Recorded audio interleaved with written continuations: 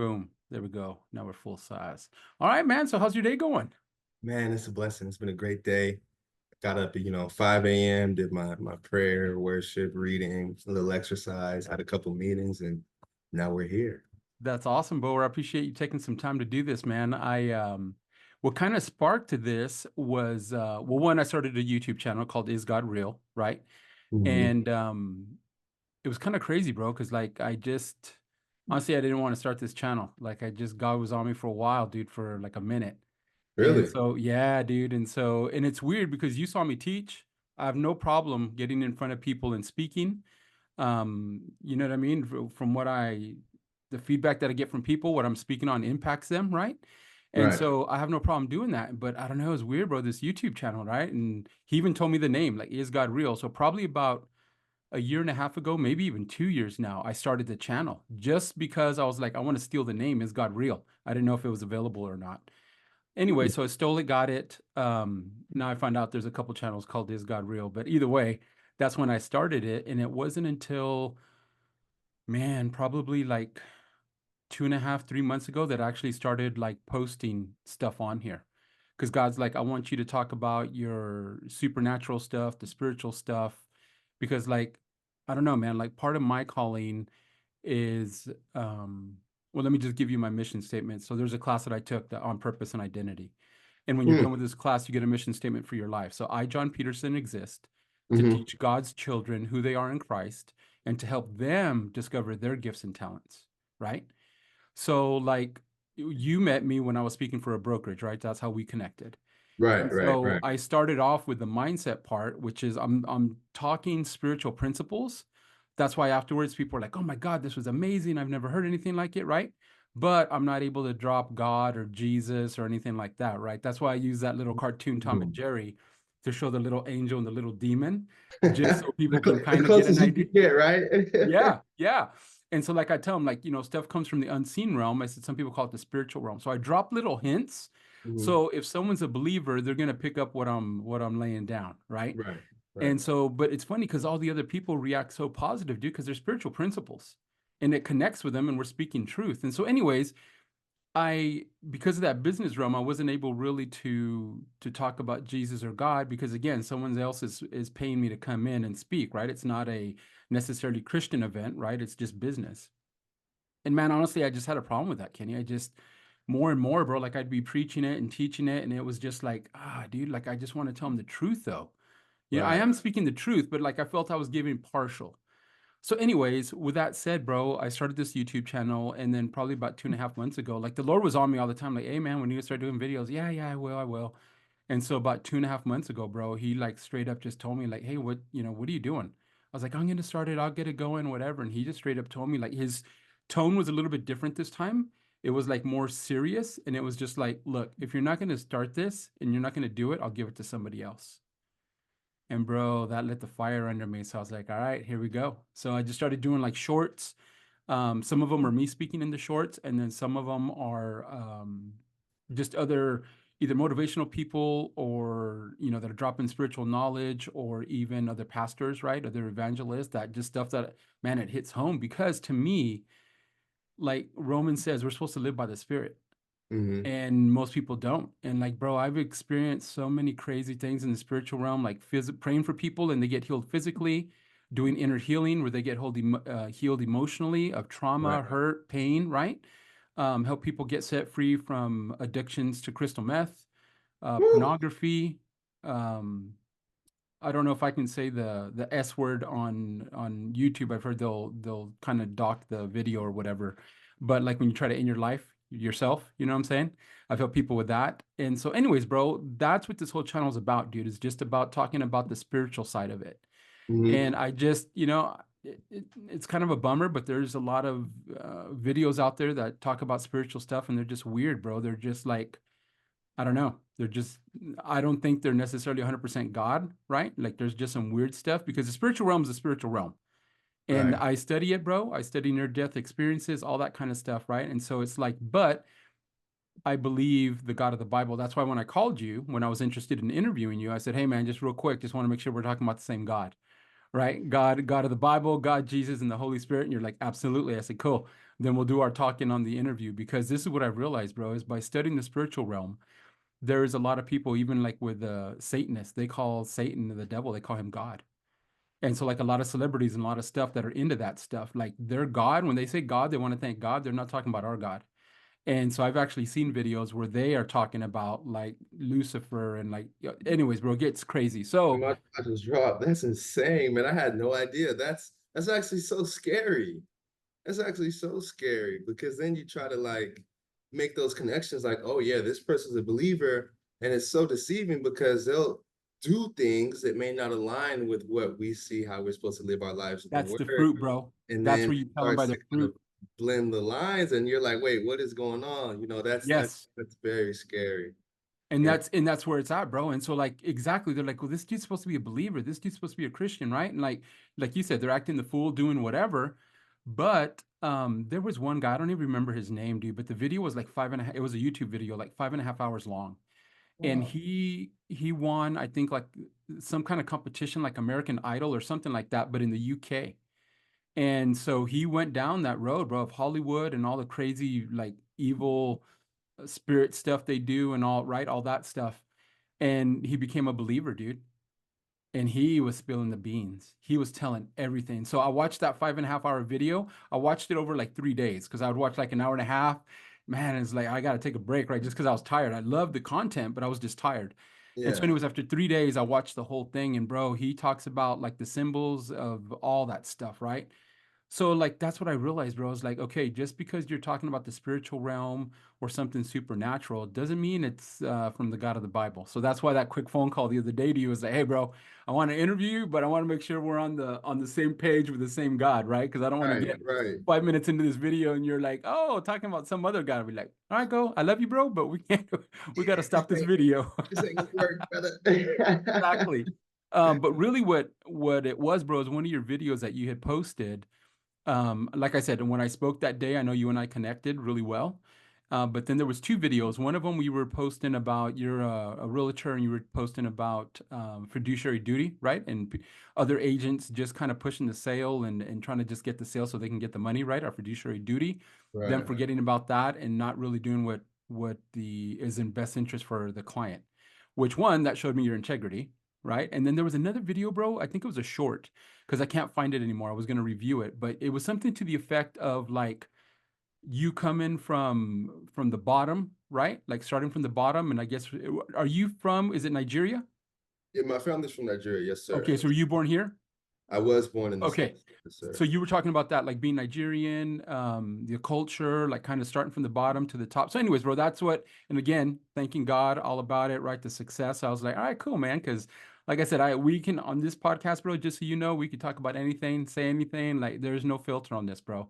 I want this to be as real as possible because I think most people have had bad examples of Christians in their life. Let's just put it that way, hypocrites, right? They're saying one thing, but then doing something else. Yeah. And they never talk about the real stuff. They don't talk about the struggle or the other spiritual stuff. And so, anyways, that's what this whole channel is going to be about, bro, is just being real, right? Because like there's times people are at Starbucks or any restaurant and like God says, hey, go give that person $20.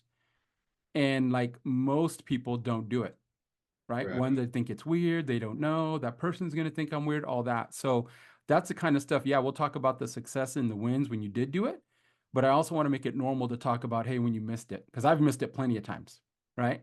So with that said, bro, let's get into your story, brother. So why don't you tell everyone, introduce yourself, and just tell them how we met?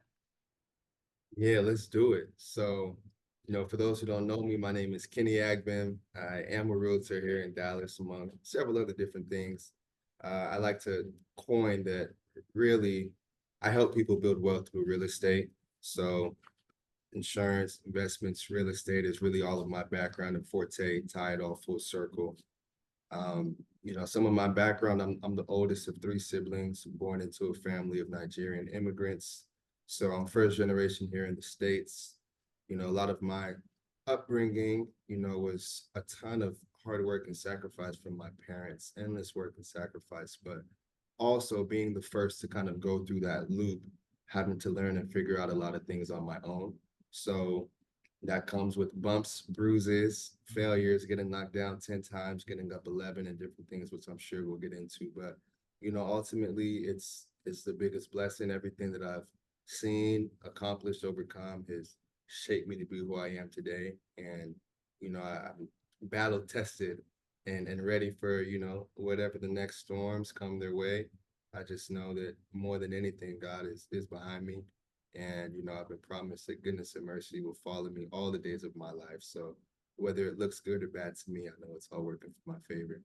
And that's where we are.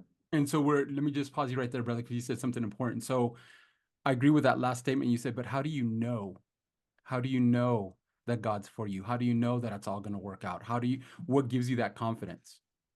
Yeah, well, I mean, the biggest thing, I go to scripture and I go to experience.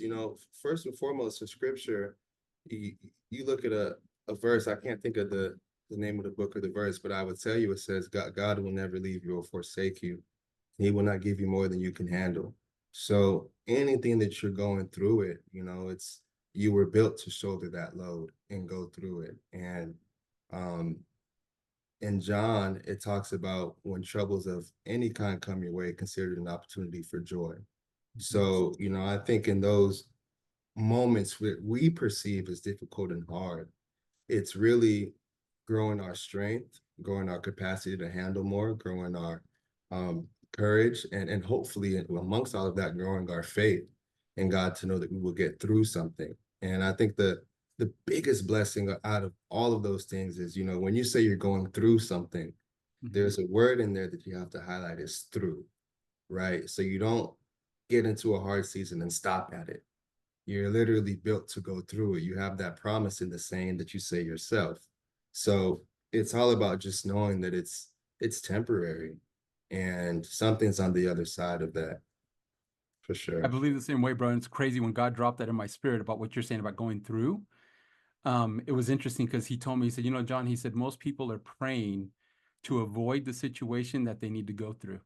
Mm, And I was like, bro, yeah, exactly. It's like, boom, like, what the? He goes, yeah. He's like, and just like you said, bro, that's why I wanted you to comment on that and expand on it because I agree 100%, dude. It's experience. yeah, You have to go through it, right? And so this is just my personal opinion. Like, I believe everything is a test. It's a test to see how you're going to respond, right? When someone does something wrong to you, are you going to retaliate? Are you going to do them one up better, like get them worse? Or are you going to walk in love and just be like, you know what, Lord, I'm giving it to you. I don't know what's going on with them right now, but like, I'm not going to retaliate, right? I'm giving it to you. And right, so to me, it's truly that's the way I look at it. And plus, I'm competitive anyways. So like when stuff happens, bro, this just self-talk, I'm just like, I'm not losing this battle. right, I'm not losing this battle. And like I taught you guys in that class, right? You can speak to your thoughts, you can speak to your emotions, right? Not every thought you have is your own. Not every emotion you feel or sense is your own. So when right. you start feeling that stuff, bro, where you want to retaliate or you're pissed off or whatever, it's like, whoa, whoa, whoa, wait a minute. Like, that's not me. That's Yeah, that's not my normal. That's not, you know what I'm saying? Like that's not the way I'm supposed to respond. Or like you said, you're getting in the word and it's like, okay, I can respond and bite their head off and say some choice language. Or I can say, nah, you know what? Like I forgive you. Like it's all good, man. And so to me, I'm telling you, bro, my mind was blown when he told me that. He's like, most people are praying to avoid a situation they need to go through. yeah, And I was yeah, like, dude, that dropped so hard in me. But I've held on to that because as I'm going through stuff, right? And that's why I wanted to have you on there because it sounds like you've been through some stuff with your testimony. That's why I wanted to get into it. yeah, Because most people, dude, the prosperity gospel is big, and don't get me wrong, I believe in being blessed. I believe that we're blessed so we can be a blessing. But when people start twisting, preachers, podcasts, evangelists, whoever, bro, when they start twisting it, saying, if you give your $1,000, then you'll get healed. If you give your $1,000, then you'll get blessed. Oh, bro, I can't find that anywhere in the Bible. mm-mm, I don't mm-mm, find that. In fact, it's funny because most people, and again, I don't think God has a problem with success because there's many people that have been blessed in the Bible that were very successful, right? Solomon, the richest guy. But what's interesting is that Jesus himself, like that's the way I read the Bible, dude, is like okay, Jesus is my example. Like I want to do him. I want to do exactly like what he did, right? There's a Mm-hmm. verse, and I'm like you. I don't know like the exact verses. I just know the theme or the mindset of the Bible. Mm-hmm. And Jesus said, even, Jesus doesn't have a place to lay his head. Mm. But yet everyone's looking for that 8,000 square foot mansion. And don't get me wrong, like I don't think there's anything wrong with that as long as that is not your purpose or that is not your number one priority, right? If you're Right. doing what God's supposed to has you doing, yeah, blessings will happen, but they don't always happen. And so that's where I think a lot of times people are the expectation has not been met, excuse me, not been set correctly, like I told you guys in that class in real estate. I think our industry has done a terrible job for setting the expectation for new agents or agents in general. And I think the same thing with a lot of these people that are preaching and teaching or have a microphone.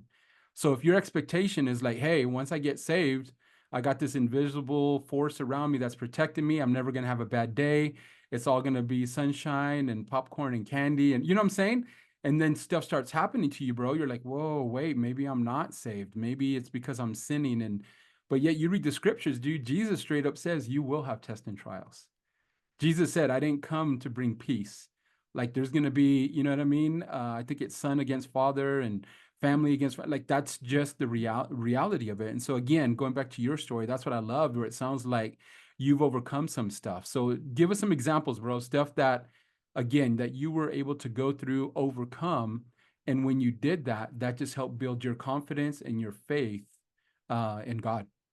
Man, you just dropped so many different parts where I wanted to chime in and throw in the nugget. Bring it in, bring it in. Hey, this is why I'm going long content with this, bro. Seriously, because I know my skill set is more like this. When we're having a conversation, stuff just drops. So that way, I can again, we schedule 2 hours. I don't know if we'll go that long, but I don't want to be rushed. So like again, jump in where you need to say stuff because not only that, then I want to cut this stuff up into shorts and like little 3-minute videos. We'll post the big one up there, the big long one. But yeah, go in, bro. Jump in. What you got? No, yeah, there's really two things. And when you were speaking, first of all, you mentioned when you spoke at, my brokerage and talked about some of your thoughts not being yours and, all of those things. And there is something that you spoke that even to this day I practice and has stood out to me. And that was the idea of like a bouncer in your mind. Mental bouncer, Like, yeah. yeah, a mental bouncer, like when if anybody has gone out or even go to certain restaurants, right? Like you have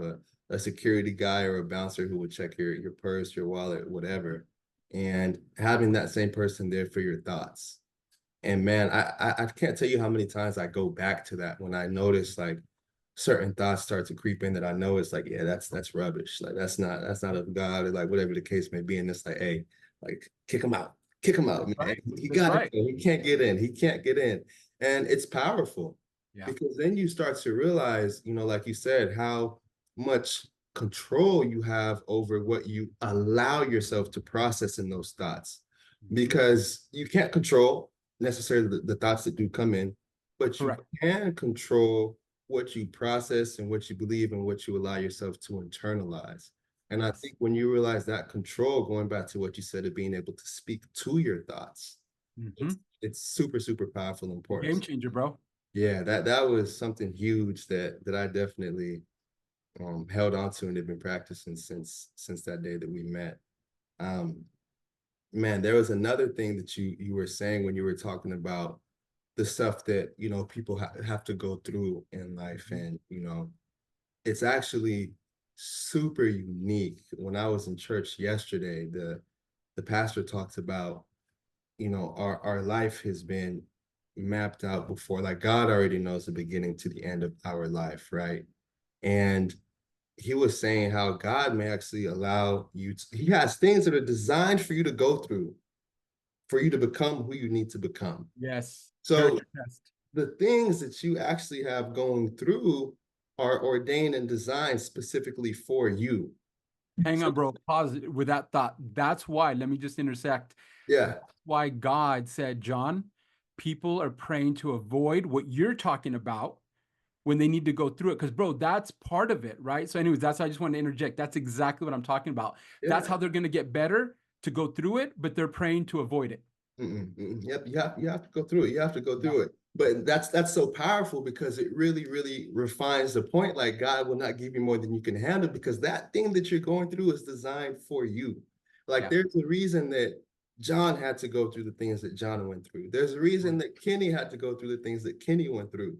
And Yep. everybody's hurt and everybody's pain or struggle or whatever it may be is not necessarily balanced from an outside lens or outside perspective, but it's kind of equally measured within ourselves for what we're going through and how God wants to utilize it to, move us into the next phase. And sometimes that's like, hey, you got to go through this because you need to focus on me more. Like you're tripping, you're way out your way. You need to focus on me.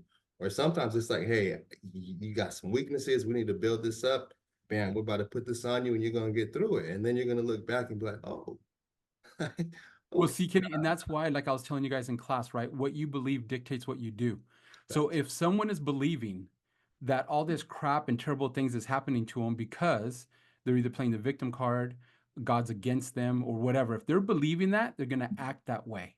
Right, As right, right. opposed to you getting the knowledge, right, that you got, like, no, man, this is a character test. Like, this is going to make me better. If you believe that, believe me, you're going to face those situations way different, man. So that's why, like, I was teaching you guys on strongholds that day, what you believe is going to dictate what you do. Because if you believe this is a negative thing and like God's out to get you or the devil, whoever, like you're going to respond a certain way. But like you said, if you have that perspective, like you do, like, oh, this is making me better. Okay, then you know what? That's going to help me get through this. And then that other verse that says, in our weakness, he is made strong. Mm, Bro, that's where we pull on his strength to get through again, through the thing. So that's mm. what I'm saying, bro. Like it's just once you start seeing how this is, you're like, okay, like God isn't against me. He's for me. It's with you. Hmm. With you. Even though I walk through the valley of the shadow of death, I fear no evil. Yep. He's with me. Rod and the staff comfort me. So yeah, everything that you're saying, it's actually beautiful when you're able to really absorb this perspective and knowing that like, hey, the bad things that we perceive may actually not be bad. And God has the ability to give us if you do lose things, we can recover all and then some and continue to grow. Um, so yeah, it's super cool stuff. Super Another cool. verse, bro, like along those same lines that helped me, because I do, like I've done a bunch of like inner healing myself and like just a bunch of healing from trauma and like my ex screwing me over and all that. And even to this day, it still goes on. My girls are 23 and 24. She still keeps them from me. And so Mm, it's like, how do you deal with someone that is continually against you for no reason? Spreading rumors that I cheated on her, I was beating her and all kinds of crazy stuff, right, bro?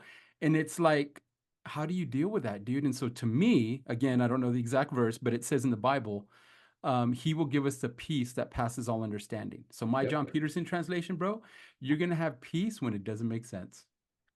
Ooh. Right? So, like, Lord, I'm going through all this craziness. I don't have money. I don't have this. I don't have that. I just lost my job. Like, that's pretty crazy, bro. Then that's, yeah, the time you shouldn't have peace. But you know what? Supernaturally, dude, you have it.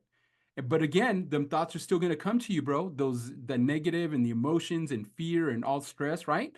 And that's where we have to use our power and authority. And again, the Bible says straight up, I have given you power and authority to Right. cast out demons, heal the sick, raise the dead, right? And it just really is as simple as do you believe it or not, right? Because there's some believers, bro, that, or I shouldn't even say the believers because they're not believers, they're Christians that don't believe it, Yeah. right? Everyone has, oh, that's Old Testament, that's this, that was just the apostles, that was just the okay, bro, then how am I doing it today in 2024, Right. right? And I just realized, dude, that instead of trying to debate everyone and like convince them or whatever. Like I'll talk to them a little bit, but if they're like, "Oh, I don't believe that," blah blah blah. Now I just go, "Okay," because I've realized, Kenny, what even you and me. Let's say you weren't a believer. What you believe has zero effect on my life. Zero effect on what I believe, right? What you believe isn't going to pay my rent. What you Mhm. believe isn't going to affect my relationship with the Lord. And so it's like before I'd want to like debate them and like convince them, right? But some people are just dead set. And again, from reading the Bible, you find out again God speaking where he says some of the people they can't comprehend because their mind is turned over to the devil, bro, like they can't. Wow. Yeah, and so like you read stuff like that, and so that's why I tell people all the time, bro, that's what changed my life is read and study the Bible. I'm all for church, I'm all for podcasts, I'm all for books, but there is nothing like spending time with the Lord, man. So drop us another story, bro. What else has helped you realize that God is real and like the power that's in your life? Yeah, man, I think you earlier you'd asked me some things that I had been through. I'll just say, let's talk about physical health. Let's talk about Yeah. physical health. Like, dude, I was, an athlete. I've played basketball at the highest level, collegiately. Had the opportunity to compete in 2016 for 3-on-3 Olympics in basketball. Like, I didn't know that. oh yeah, oh yeah, yeah, Nice. yeah. I've been blessed. Glory to Yeah. God, for sure.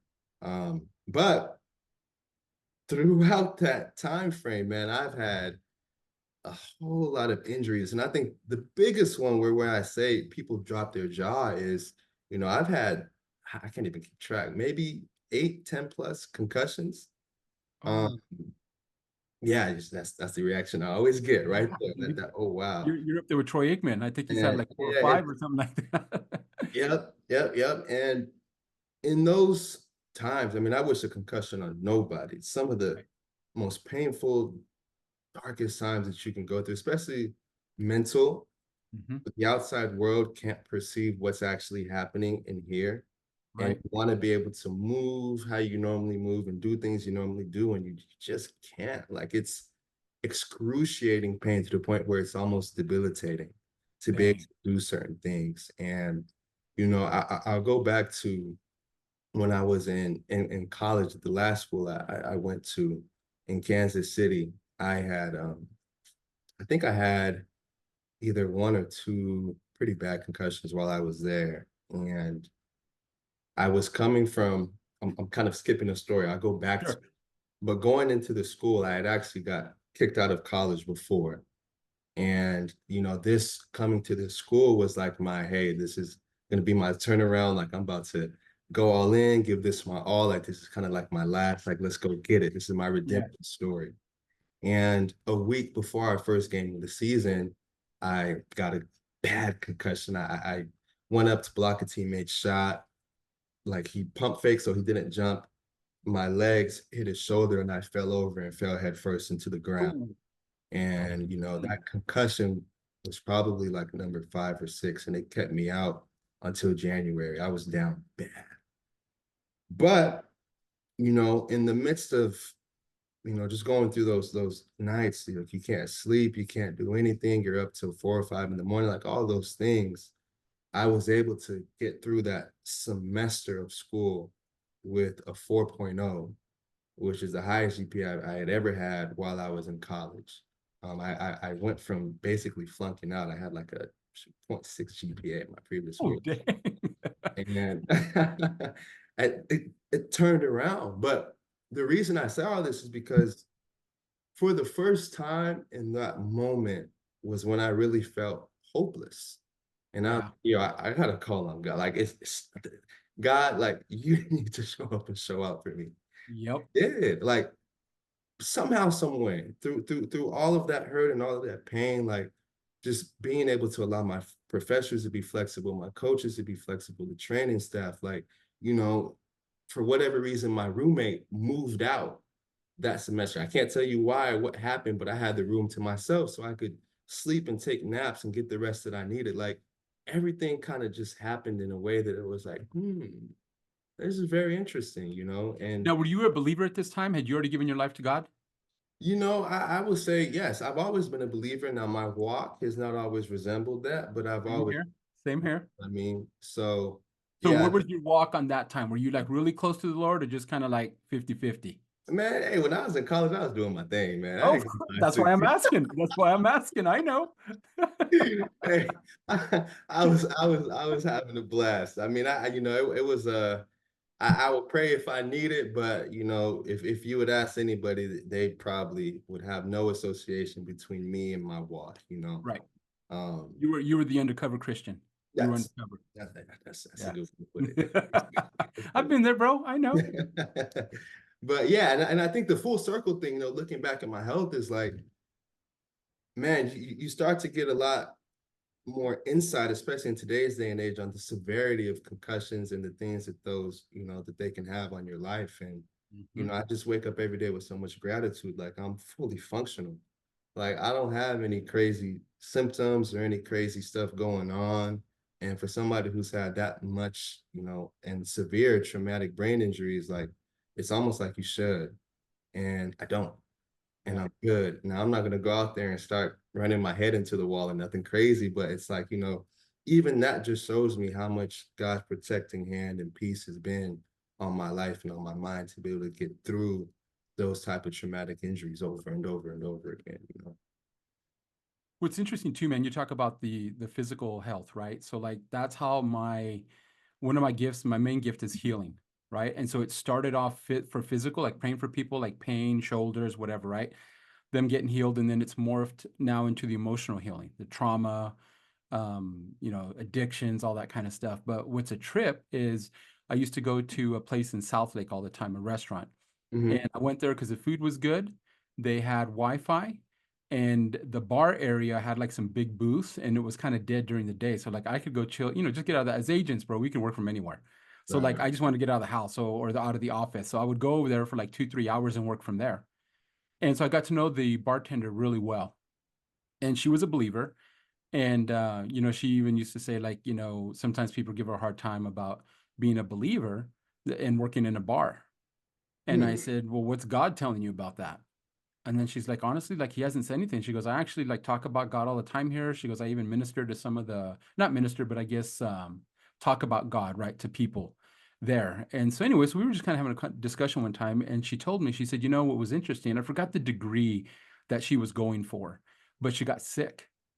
And so, because she asked me, like, why don't people get healed? I said, I don't know. I don't. That's the $1 million question. I said, now reading the Bible, like some people didn't get healed because they didn't believe, right? But that was Jesus praying for them. And even it says like Jesus couldn't do many miracles there because of their unbelief. And so I said, as far as us now, I said, I don't know. I said, but with the church that I used to be with, they would track everyone that we prayed for, right? They had like, I think Monday nights was healing night. So we'd come in, pray for people. I just assumed like everyone would get instantly healed. That's just what I believe. That's what I saw in the Bible, right? And kind of heard. But I didn't study all the miracles of Jesus, just the ones where it was like the instant. So that's what I was expecting. So when people didn't get instantly healed, I started Hmm. taking it on myself, bro. And like I even went home one day and I was like, we prayed for these two different people. And they had like major stuff, bro, got healed. Right. Then I think it was the third or fourth person we paid for was a couple. They had migraines. Prayed for them, didn't go away. My buddy prayed for them, didn't go away. I prayed again, didn't go away. So I was like, dude, this is weird. Like, what is happening, right? So I remember I went home that night just kind of asking the Lord, why, what's up? Because at that point, I don't know about anybody else, but I started kind of self-analyzing, like, well, okay, I didn't go to church on Sunday. Was that it? Or the weekend before, I messed around too much with my girlfriend. I went farther than I should have. Was that, you know what I mean? Like, just checking the boxes, like, where did I mess up? Yep. And even though I had messed up with my girlfriend at the time, I had asked for forgiveness, whatever, right? So like I'm good. So I'm like, well, was it that? Or anyway, so that's where my mind was at. And I'll never forget, bro. The Lord showed me like he usually speaks to me like a 5-second movie clip that I see. Hmm. And he showed me a 5-second movie clip, and it was a cloud above me. I was standing below the cloud, and the person I was praying for was standing right in front of me, right? That's what I saw real quick. And then like this beam of light came out of the cloud into me, turned up my stomach, and went into the person I was praying for.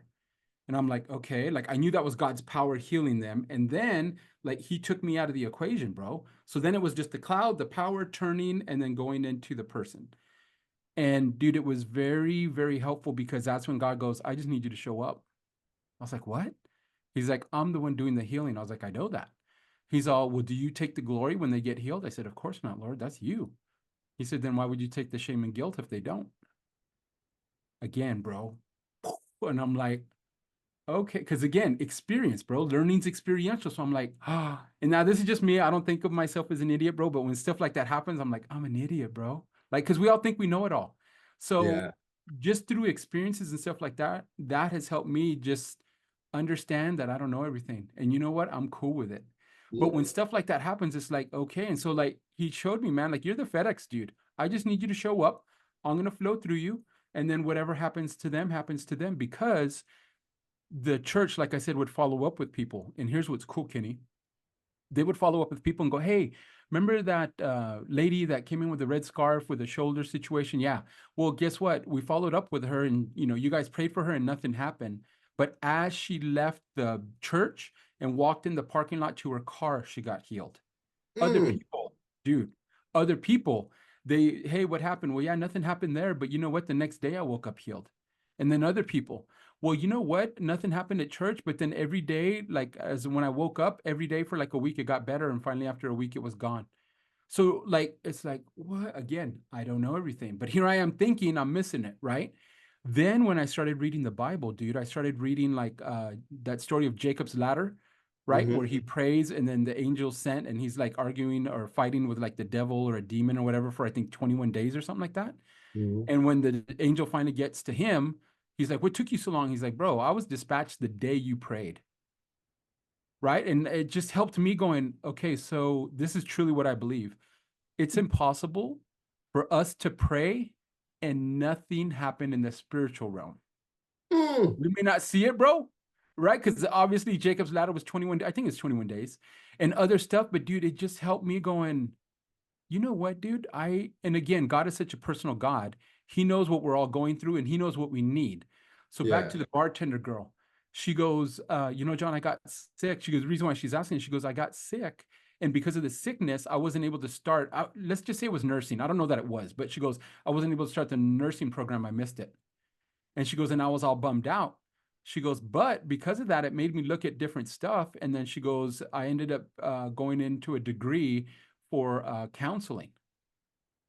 And she is on cloud nine, bro, doing the counseling stuff. So she's like, the way she looks at it is like, well, did God allow me to get sick so I wouldn't get into the nursing You know what I mean, bro? There's so many like just question marks. And so like what I love about studying the Bible is so many things happen. Here's the best one that I share with people, bro.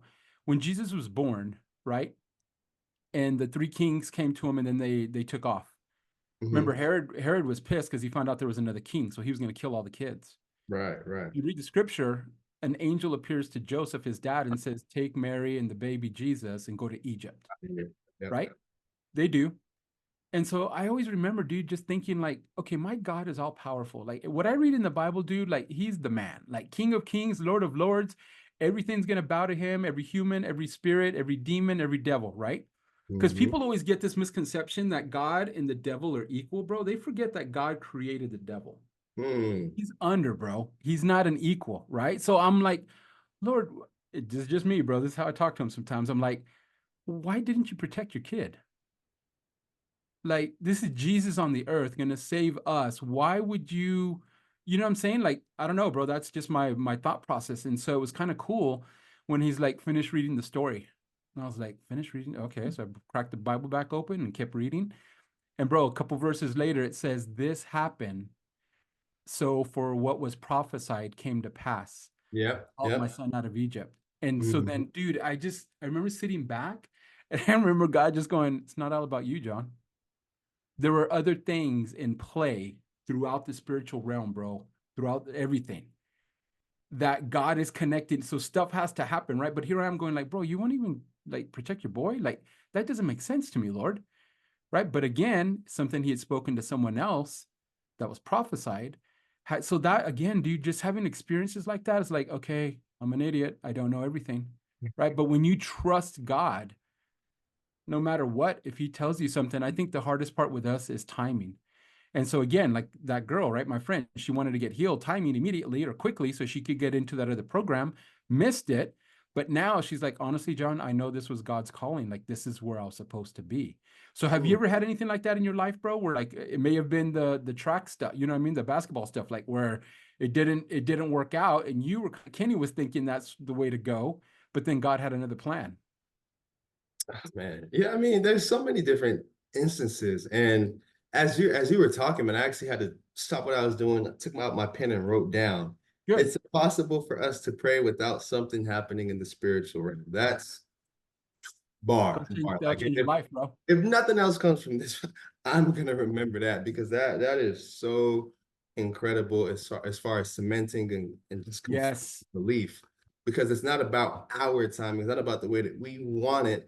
However, things are happening and things are in place. There's no prayer that doesn't reach the throne, Right. right? So that's amazing. That's amazing. Good.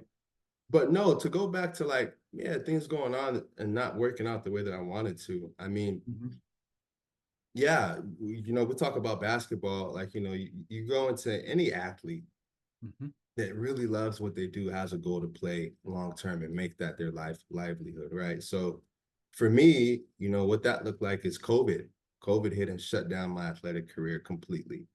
mhm. And during that time period, I remember it vividly to this day. I had just gone back to school for spring break, and 2 days later, they kicked us out the dorms and said, "You need to leave." Like it was instant. Like I had to get out of here. I literally rushed, packed my stuff, and was out the next day on an 8 hour drive back to Denver. But during that time period, my dad was in Nigeria and he was stuck. He had gone there, I want to say like January, maybe early mid-January, maybe even February, but he was supposed to come back. Mhm. And the week before his departure date, they shut down all international travel. Oh man. So now going into that week, my dad is stuck. It's me, my younger sister, my younger brother at home, and two of our cousins who are going to school abroad, whose parents actually live in Nigeria, that were stuck with us as well.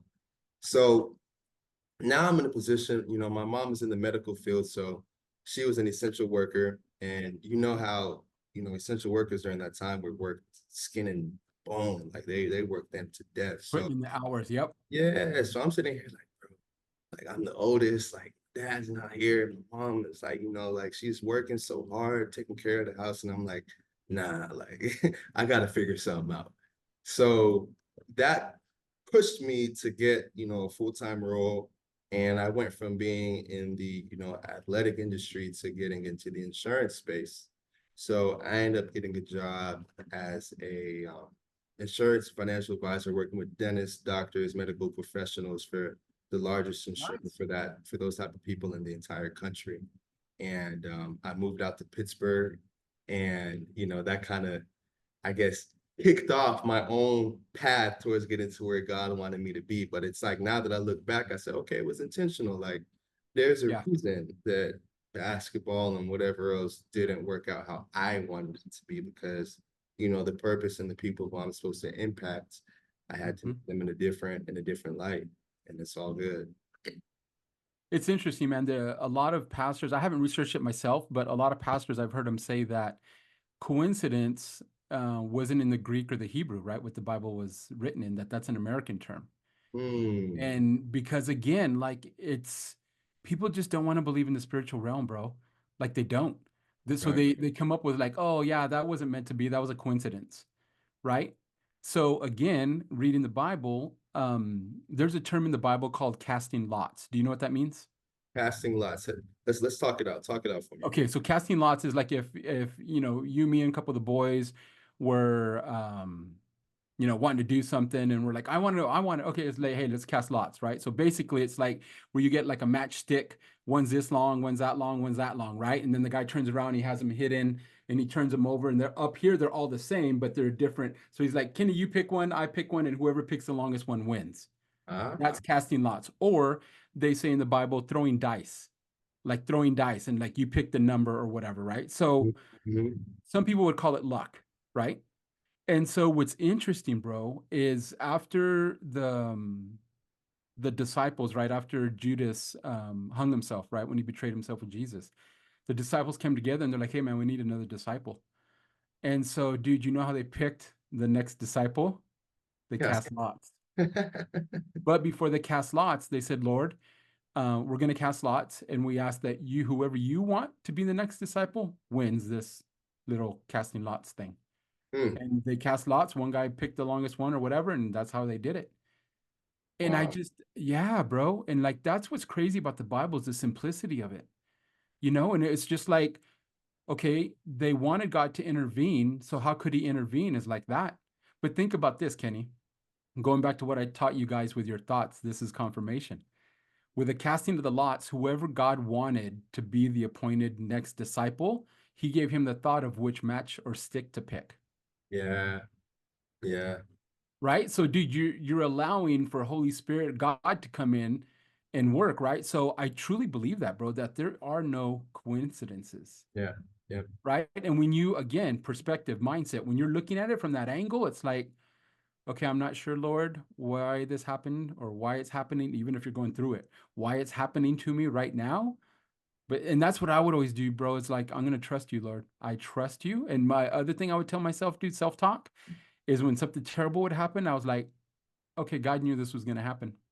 I didn't, but God knew.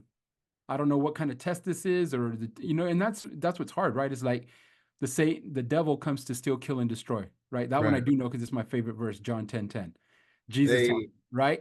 The devil comes to steal, kill, and destroy, and then Jesus talking says, "I have come to give you life and life mm, more abundantly." So to me, it's very simple.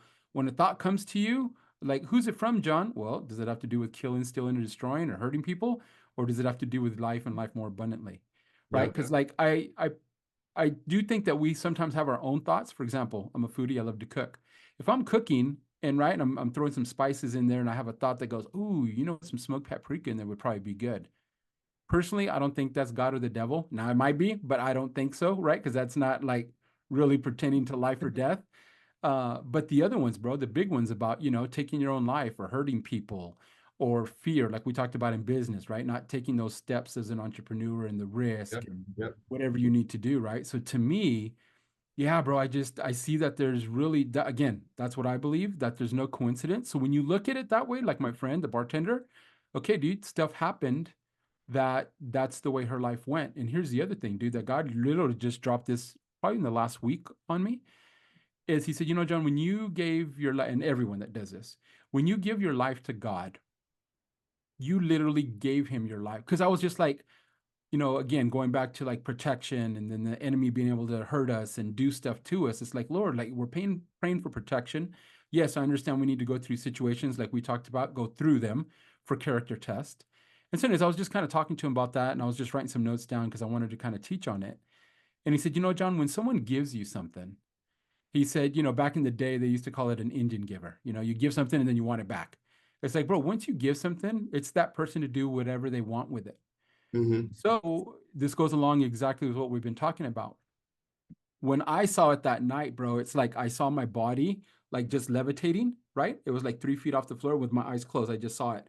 And I said, Lord, I give you my life. And I literally put my hat under and just raised my body up and it went into heaven, right? Wow. So, yeah, dude. And so when God told me, he said, John, you gave me your life. And I said, yeah, I want your will for my life. He goes, then if that's true, which it is, right? I did that. He goes, if that's true, then I'm going to do what I need to do to make you the person exactly what you were talking about earlier, bro. Character test, make you the person that you need to be to Yeah. do what I've called you to do. Man, and that's so powerful, especially when you tie that in with there's no coincidence, No, bro. right? And as you No. speaking, I've been thinking on that deeper, and the word gratitude keeps coming to mind. It keeps coming to Mhm. mind because before you were talking about, hey, people are wanting, an $8,000 a month penthouse, whatever the case may be, and you went back to Jesus, and the Bible says he didn't have, his own bed to sleep on, Mhm. right? So how can we honestly, truthfully sit here and pray and ask for increase and things of that nature without gratitude of where we are? Because if there's no coincidence, then where we are is exactly where we're supposed to be. And I Correct. think the only time increase can even come is if we fully embrace that and have that gratitude. And the other thing is everybody has a role in the Yeah. kingdom, right? Yeah. Everybody has a specific role. And the only thing that's missing from that role being fulfilled is you, and you have to be able to fully embrace and acknowledge where you are in every single moment on that journey. And I think Mhm. that's also something that, from a standpoint of believers and Christians, and even just going out to just people in general, Mhm. right? Like, it's especially in this day and age where things move so fast, social media comparison, it's so hard to acknowledge where you are in the present and acknowledge that life is a journey. Like we only see where we are and where we want to be, but we don't Mhm. understand that the in between is truly where we define ourselves. That's your life, bro. Yeah, The and that's journey is the life. It's the life. And I think honestly, that's the biggest, that's the only gift that we have is Yeah, being able to find that journey. Because at the end of the day, all of us have the same destination. We're all gonna die. The only difference is what's going to be written on our tombstone, how will we be remembered. And the beauty of life is that that gift of that journey of life is where we have, the ability to articulate and create that. And I think when you step outside of now myself, I'm going to dictate what's going on. And like you said, you give your life to God and allow God to do it. yeah, That's when I think you can truly start to have all of those different things and promises that you have within the Bible and within the word. So, I think just the word, like as you've been talking, just gratitude. Like as I'm sitting here right now, I am exactly where I'm supposed to be. It correct. don't matter what's going on. It don't matter if I'm got people banging on my door trying to foreclose or whatever the case, which I don't, thank God. But Right, right, I'm exactly where I need to be. And there's nothing wrong with that. Even if it doesn't look like how I thought it was gonna look, right. it's like, man, like, yeah, like you're right where you need to be. So why worry? Why worry? Like, be grateful. Like, honestly, I'm so grateful as we've been talking, just thinking about that because it's like, wow, like I'm living out the testimony of what my life is supposed to be. So it's Exactly incredible. right. It's Incredible. funny you were talking about like we all die, right? I heard a guy talking one time and I forgot the title of his sermon, but it was basically like if you're looking at in the cemetery, right? The stone where it says your date of birth. So say you were born in 1950 and you died 1920, or let's say 2024, right? 1950 to 2024, they have the little dash. He's like, I want to talk about that dash, Mm, which is our life, the journey. mm-hmm. And bro, like that, it's so true. And that's why, like, the story you just brought up, like, is a perfect segue into that's what I'm trying to teach people, bro. By living by the Spirit, most people believe that, okay, yes, you get saved, right? You believe Jesus came and died on the cross, rose on the third day, forgave you of your sins, paid the debt, you're going to heaven. Like, that's cool, but that's where they stop. And then they still act and live like a fool, right? And that's what I'm trying to teach, bro, is like with the power and authority from the spiritual side, most people just get saved, but then like the devil's kicking their butt every day until they Mm, die. Like who wants to live like that? Or they're stressed out, anxious, and all that. And you said something important, bro. Most people don't live in the present. They live in the past with regret and shame and guilt, or in the future, anxiety and stress. And so that's why I was mm, teaching you guys with that mindset class is that you can control your mind. I don't remember if I mentioned it in your class or not when I taught you guys, but the example I give sometimes is that your mind, right, which is the spiritual realm, and your brain, which is physical, are two different things. People always think it's the same thing, right? And like the example I give is if you were to pass away, they did an autopsy, they could plop your brain on a table. Can't plop your mind on a table, right? Because your mm. mind goes with you. So with that said, people don't realize that, like we talked about, you can control your thoughts. The battlefield is for the thoughts, right? And I think it's important because when people get that, bro, it's like, oh, I can speak to stress, anxiety. I can speak to, right? Because that's that verse, bro. God's going to give you peace when it doesn't make sense. When you're going through, like Kenny said, going through the problem, going through the situation. I just think the biggest thing, bro, is timing. Because most people are like, well, John, I prayed and my mom still died. Mm, Right. So that's one way to look at it. My way to look at it is like, yeah, but she was dying of cancer and now she's in heaven healed. Right. yeah. So it didn't happen the way you wanted it in your timing. Or here's another one like, hey, Lord, I need, my rent is due in a couple weeks for the first. And then God doesn't come through. And they're like, oh, he's not real. And so it's like, to me, dude, it's almost like the genie lamp. Like they're living their life whack however they want. Right. They got saved way back when, but they're Mhm. not living the life. It's the lifestyle. And bro, people need to read the Bible because there's a lot of people, according to the Bible, that are not going to make it to heaven because Yeah. it talks about certain groups of people, bro, that are not going to make it. Right. And it's like, man, you really need to study because it's our walk. It's that journey, bro. It's the process. It's that dash, right? Born in 1950, died in 2024. It's that dash. And so it's like it does make a huge difference when you learn these spiritual principles that you can apply to your life right now. Because example I give a lot is Jim Carrey, the actor, the famous actor. He has this Mhm. quote and he says, I wish everyone would get rich and famous so they could buy everything they ever wanted so they can figure out that's not it. because people think, bro, oh, when I become a millionaire, I'm gonna be happy. And like, yeah, dude, you might be happy for one day, but then like all that stuff in you, bro, all the hurt and the trauma. And that's why I've realized when people nowadays, when they're like, I just want to be happy, I want to be happy, they say that, but I think what they really mean is they want to feel good. Yeah. Because they don't feel good, bro. They have bitter and anger and resentment and all that stuff in them, right?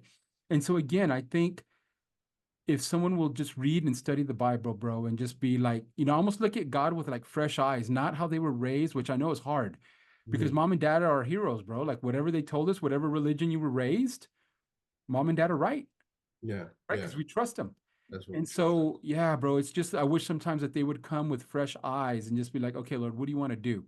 Like, because Man. all the supernatural experiences I had, bro, this is what happened. It took Jesus and God out of the box. Because I was Mm. like, oh, he only works this way. He only does this. And then he would do something different. Here's a perfect example, bro. The story's a little bit embarrassing, but I like sharing it because it's the truth. So a few years back, I was a sales director for the entire state of Texas. So I was doing a lot of business in San Antonio and Austin, still living in Dallas. Mm. So I'm driving back from San Antonio. There's a place in Austin. It's called Buzzard Billy's, and it's a restaurant right on the river and good food, bro. And so anytime I took my daughters with me on a business trip, we would stop there because it's right on the water. They'd give you like some bread that you could feed the ducks and stuff, right there in the river. But if I was traveling by myself, I would always stop in Waco at Rudy's Barbecue because they had like two gas pumps. So I'd pull up, put the thing in, start filling up the car, go Mhm. in, get some, turkey brisket, like just some protein real quick, jump back in the car and hit the road. So I'm coming back from San Antonio up to Dallas, right? I'm driving. So what? I'm doing 75, 80, bro. I got and I always like to say this, had just my music going. It wasn't worship music, wasn't Jesus music. It's just my house dance EDM music, right? So I'm not even praying. I'm not even thinking about that, bro. And I'm just flying up here. And I have this thought that says, stop. Now, again, I'm solo. So I'm not even thinking of Buzzard Billy's, right? It says, stop at Buzzard Billy's and tell your waitress I love her. What? The heck is that, bro? That's weird. So then I started like, I don't even have my kids with me. Like, and so I'm like 15 minutes away from Waco. So I'm like, that's weird, bro. So whatever, just kind of like whatever, right? So I'm cruising, dude. Now I'm about, say 5 minutes away from Waco. And I hear it a little louder, a little stronger. Stop at Buzzard Billy's and tell your waitress that I love her. And I was like, why would I stop? But like, this is just what is happening right now, right? Again, just tossed it off, bro. So now I'm coming up to the exit for Buzzard Billy's. It's like a mile, half a mile away. I can see it coming. And bro, it's strong now. Stop it, but and it's more stern. Stop at Buzzard Billy's and tell your waitress I love her. So I'm like, bro, this has to be God. Like, why am I even thinking of Buzzard Billy's? My kids aren't. So, anyways, I'm still doing 80, bro. So the exit is coming last minute, dude. I'm like, all right. I was like, this, yeah, dude. So I'm like, this is gonna be crazy. So I remember I hit the brakes, so the cruise control goes off. I'm slowing down. So I'm like, dude, this is crazy. Like, is this God? And so then again, this is just John Peterson. My mind just starts going. Again, my one of my gifts is healing. So I'm like, you know what, bro? Maybe this is God. Maybe I'm supposed to go tell my waitress that. And then either maybe God shows me something she's dealing with, or I ask her to pray for her. And let's just say, hypothetically, in my mind, right? Like her shoulder hurts or something. And I pray for her at the table and she gets healed and is like, oh my gosh. And then like she goes and tells the cooks and the other waiters, and then they come to my table. Now, again, this is John Peterson thinking this, bro, right? So then I'm like, dude, like revival's gonna break out at Buzzard Billy's. This is amazing. This is what I'm thinking, right? So I pull into Buzzard Billy's, bro. I walk in, I'm on cloud nine, bro. Like, dude, revival's about to break out. This is gonna be amazing. I Yes, walk sir. in, they set me down in the way back corner, right by the river, the glass, beautiful view. So now I'm like, oh, dude, my heart's pumping. I'd never done something like this before. And I'm like, bro, how do I bring up God, like what God said? Hey, tell my waitress God loves you without being weird. Yep. You know what I mean, bro? So then again, my back's to the restaurant because I'm facing the glass in the river. So then I'm like, oh, you know what? So now doubt starts creeping in. I'm like, you know what? God said, tell your waitress. Let's see if I even have a waitress. What if it's a dude? Dude. Yeah. Right? So I'm sitting there, dude, and sure enough, here comes this old lady. She's probably like 70, little white lady. Hey, honey, how country dude. Hey, honey, how you doing? I was like, hey. And so in my mind, I'm like, it's a waitress. I'm like, all right. So then I don't want to just say it there because I thought that would be weird. So she gets my drink order. So again, I'm just thinking, how am I going to say it? How am I going to say it? So all meals she's bringing, she's coming, checking on me. How am I going to say it? How am I going to say it? And so anyway, she's like, everything good? I was like, everything was great. And then she's like, all right, I'll bring the check. And I was like, thanks. So then I'm like, dude, I gotta like, now's the time, bro. I gotta say it. You She's just gotta gonna do bring it. the check, right? So she brings the check and drops it off, and just real quick though, she just like boom and takes it off. And I wasn't like, oh hey. So I was like, crap, dude. I was like, all right, so break out Ah, the card, put it, bro. And I'm like, this is it, dude. Last ditch effect. Like I have to do this. And so she comes, I'll be right back. All right. So she comes and gives me the bill with my credit card ran. And then she goes, thank you for stopping by or whatever. So this is the perfect time. I said, hey, no problem. I said, hey, I just want to let you know. I was like, Jesus loves you. She goes, honey, I know that, and walks off.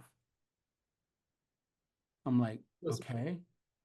I'm like, where's the revival? Like, because again, all God said was tell your waitress that I love her. right, My right, right. imagination started going Like like all these other healing, things and praying, like revival. Yeah, fasting. dude. And so, Hmm. anyways, so now I am totally stumped and confused because I'm like, okay, that didn't go the way I thought or what my expectation was. So I sign it, give her a nice tip, and yeah, dude, put my card in, and I'm literally walking out from the restaurant with my head down, just confused. And so I'm like, Lord, I know I heard your voice. I know that was you. There was the devil ain't gonna tell me to come have lunch here and tell the waitress that God loves her. Like I know that. Right, right, So I'm right. like, and it wasn't me, right? So I'm doing process of elimination, like all logical. And Kenny, this changed my life, bro. I step out of the restaurant, went down the little sidewalk, and it was the step that I took off the curb onto the asphalt, the parking lot when he answered me. Because I said, Lord, I don't understand that. I said, I know that was your voice. I said, what was that? And again, right as my foot is stepping to the parking lot, he goes, I just wanted to see if you would obey me. Woo! Bro, that changed my life because I'm like, what? And I literally, in my mind, I go, what? He goes, I just wanted to see if you would obey me. Dude, I can't even tell you how, like, I wanted to scream, bro, like out of excitement because I'm like, it was a test, Yeah, and you right? passed. And like, exactly. But here's the thing, bro. Again, going back to preachers, teachers, podcasts, like, they always say, like, well, if God's in it, there has to be big fruit or big this, what, bro, it was very simply, I just wanted to see if you would obey. That's it. That's That's it. it, bro. That's it. And I'm telling you, dude. So I like sharing that story because my imagination went crazy, thinking revival, this, that, right? And so if we're not careful, dude, we set an expectation for God that He didn't approve or intend, Right. right? So then what happens with anybody? When your expectation is not met, bro, we get bummed out, upset, bitter. So it's Mhm. just asking him, bro, like, man, I'm telling you, dude, like, I got pumped when he said that. It's like a light bulb went off, going like, I just have to obey, dude. That's it. That's it. And I think that goes back to what you were saying earlier with like, dang, somebody has their rent coming up and their rent's due and they're praying for God and like, dang, like they didn't get their rent paid or like something like that. And it's like taking a step back, why are we testing somebody who doesn't need to be tested? Yeah. You know what I mean? Like God does not have to prove himself to us or be tested for anything. But then going back to like refining your belief system and understanding that there's no coincidence in any prayer that Right. you make, there's already activity happening in the spiritual realm, whether you believe it or not. And sometimes it's not about our timing, nor is it about Correct. understanding, but just belief that it's already being taken care of the second that we released it from our mouth. So I think when you take away that feeling of entitlement, being entitled to the acts of God, and focus more on the um, honor that it really is to be connected to God and have that more of a spiritual and a relational transpoint in, defining what that relationship truly looks like. I think that frees the amount of disappointment that may come when things don't happen the way that we want it Yeah. into believing that things aren't happening at all because something's happening, right? Regardless of whether we understand it, whether we can see it immediately or whether we don't. And I'll actually touch in on a testimony. This is what really caused me to focus in on my life and my walk with God. So Hmm. it's such a perfect segue into this story. Yeah. So as I mentioned, when I was in school and college, I had a lot of injuries, and one of the final injuries my senior year, I the year before that I broke my ankle, and there's a ton of work being done, a ton of rehab, and I'm like rushing in a hurry to come back, and I think I Yeah. came back too soon. And what happened was that I was overcompensating a lot on one side of my body. And eventually I was putting too much pressure on my lower back and I herniated a disc in my spine. Ooh. And I would have like numbing, throbbing pain going down my left leg to the point where I couldn't move it. Like if I'm sitting down and your legs are like this is my torso, this is the top half of my leg, this is my knee, this is the bottom half. I Mhm. couldn't lift my leg past like a 15-degree angle without excruciating. Like I'd have to get up. Like it was, oof, like I can't. Oh man. I couldn't bend over. I couldn't do it was bad. Right. So I ended up getting a steroid injection or something in that, which helped. I mean, it didn't like the pain and the effects never truly went away, but it helped.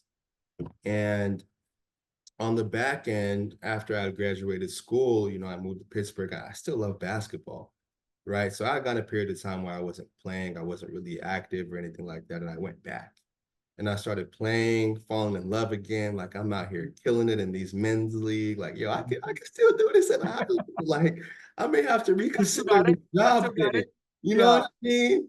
And then all of a sudden, those pains come back and worse. Like I'm at my desk now typing and I can't move. I can't get up. Like I'm limping around.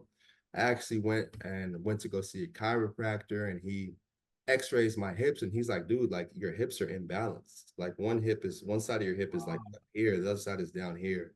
And he gives me these basically insoles and the one insole is like this thick, the other one is like this thick, and he's like, you have to wear these, for the rest of your life. And I'm like, can you Ooh. fix this? He's like, no, there's nothing I can do. Right. So I'm mad, I'm hurt, like, dang, like, what am I, 24 at the time? Like, what is this? Like, how am I this old or this young? Right. And I'm Like like an 80-year-old walking man. around like an Right. old man, like, what Yep. the heck is going on? Yeah. And fast forward, there was one morning, one Sunday, I'll never forget it. It's just a regular Sunday. I used to go to this pancake spot every Sunday. It was my cheat day. I got my pancakes, hash browns, and eggs. I'm chilling and I'm watching church service from home. Mhm. They're doing like a revival service, and the pastor starts like he has everyone called up to the altar, and he starts laying hands on people. And Mhm. there's this song in the background, you're Alpha and Omega, Israel Houghton. And I'll never forget it. I'll never forget it. The pastor lays his hands on this dude, and I'm like locked in. I'm like, yo, like this is awesome. Like these people are getting, Yeah. let's Yeah. go. Thinking nothing about it for myself. And all of a sudden, I feel this warmth on my back. Come on, bro. Are you serious? Like I feel this warmth. And Like you're watching online. and I'm watching online. I'm watching online. And mind you, like this injury happened in 2019. Right. This is 2021 now. So it's years of God 11. heal me, God heal me, God take care of me, whatever. Like, and it's not happening. I'm like, like what's going Right. on? Right. Right. Right. And all of a sudden I feel this warmth on my back. And I'm like, yo, like what the heck is that? Dude. But my natural reaction to that warmth was to lift my leg. And at this time, I was going through the same pain, but worse, right? So I could barely lift. Like You I could was only do 15 degrees, you said. Right. done. I was falling out of bed just to get up because I Oh, couldn't lift my leg to get off the bed. And I didn't think about it at first, but then it registered and I was like, wait, like I just lifted my leg and I didn't feel anything.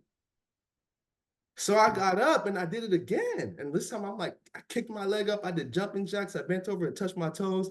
And I'm like, yo, like that was real. Like, man, I've been tripping this whole time. Oh my goodness. yes.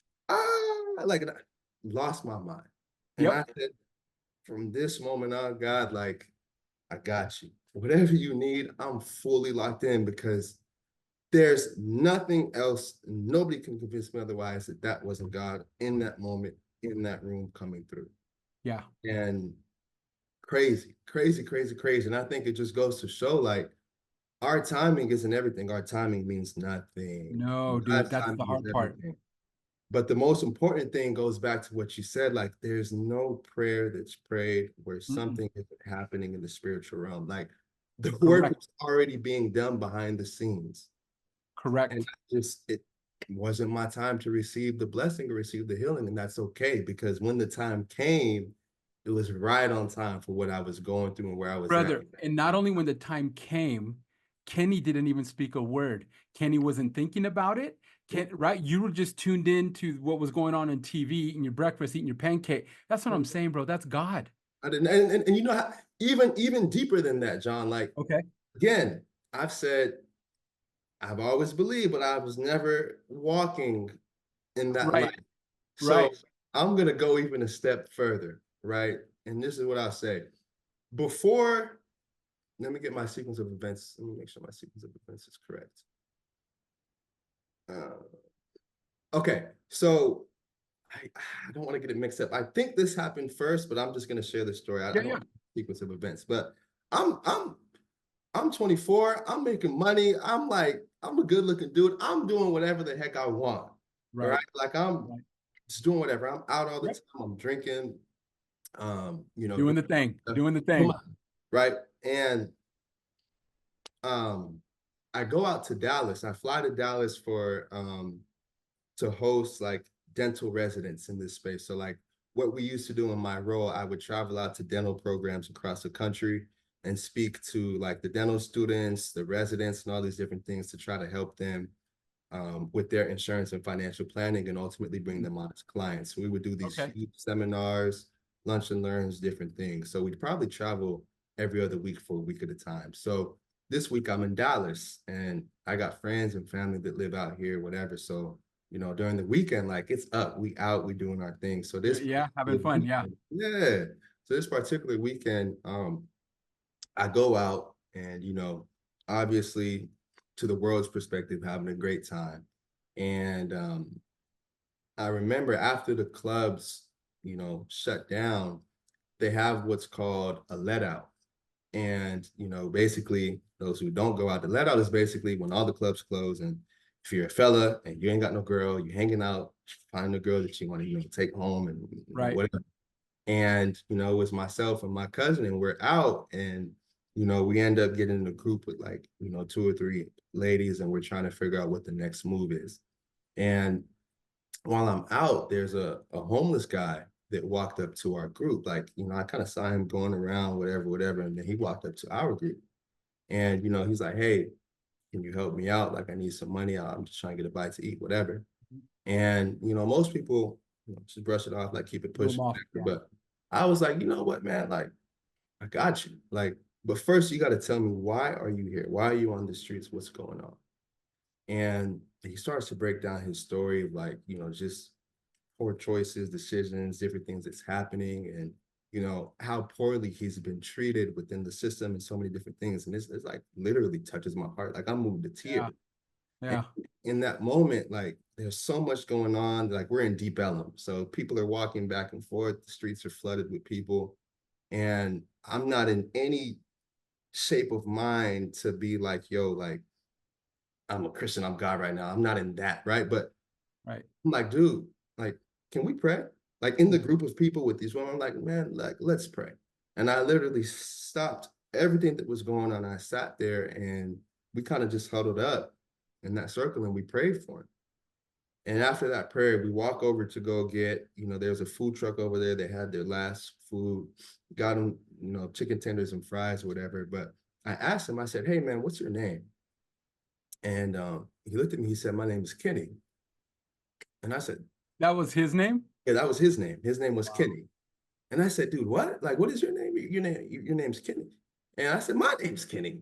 And we just had like a whole other moment, like, oh my God, Yep. it's like, like, like it was crazy, broke down in tears again, like giving him a big old hug, like, man, like, yo, like this is God showing up in this moment, right?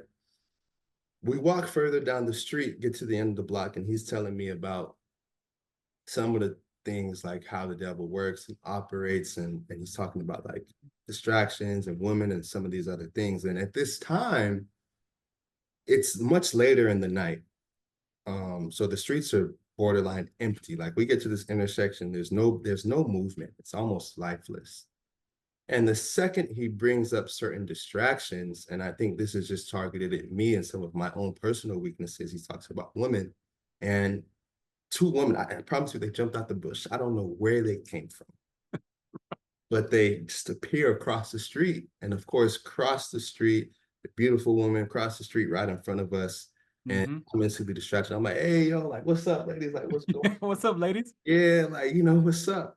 And I turn, after whatever that interaction, I turn back around and all I see is like the homeless dude drifting off into like, I don't know what happened to him. Like he just vanished. Like it's almost like he kind of like faded away. And Interesting. I'm like, dude, like what? And John, I lost my mind. Like I went home, I was crying. I was like, dang, I messed up. Like God was trying to use me and I got distracted and I fell for it. And like that was my moment. And just like, I'm beating myself up. Right. So this is Saturday night. 4 days later, that same week, I'm in Dallas. And I just got done, myself and my mentor, we had taken some oral surgeons out to a dinner, had another presentation with them, whatever. We're in Deep Ellum again. Mm-hmm. And we're wrapping up. It's probably about 7:30 p.m. It's still sunny outside in Dallas. And we walk to our cars to go separate ways. And I'm in this like three-piece suit. I'm looking nice, like whatever. And another homeless dude, completely different person, Mm-hmm. walks up and it's like, hey, can you help me out? I'm struggling. I need some help. And I'm like, dude, like, there's no way I'm about to be out here looking like this, dressed like this, and say no. So, Right. you know what, man? Cool. I got you. But before I help you out, you have to tell me your story. Tell me why you're here. Tell me what's going on. Mm-hmm. And he starts to break it down, different issues like, family, different things going on, X, Y, and Z. And we go over to Pecan Lodge, how do you say it, and get some Yeah, barbecue. the club. Yeah, Pecan Yeah. Lodge. And we get some barbecue. And I asked him again, I said, hey, man, like, what's your name? Like, what's your name? I want to pray for you. What's your name? And he said, hey, man, my name is Kenny. No, dude, again? Again, again. And I'm like, That's nuts. Yeah. what? Like, Yeah. what? Like, what is going on? Like, Yeah, what is happening? exactly. I'm so That got your confused. attention. Yeah, it got my attention. Mm-hmm. So same thing, pray for him, let him go. But these events and these series of events are like, happening. Yeah. And ultimately, I'm just gonna transition into another story if that's okay. Yeah.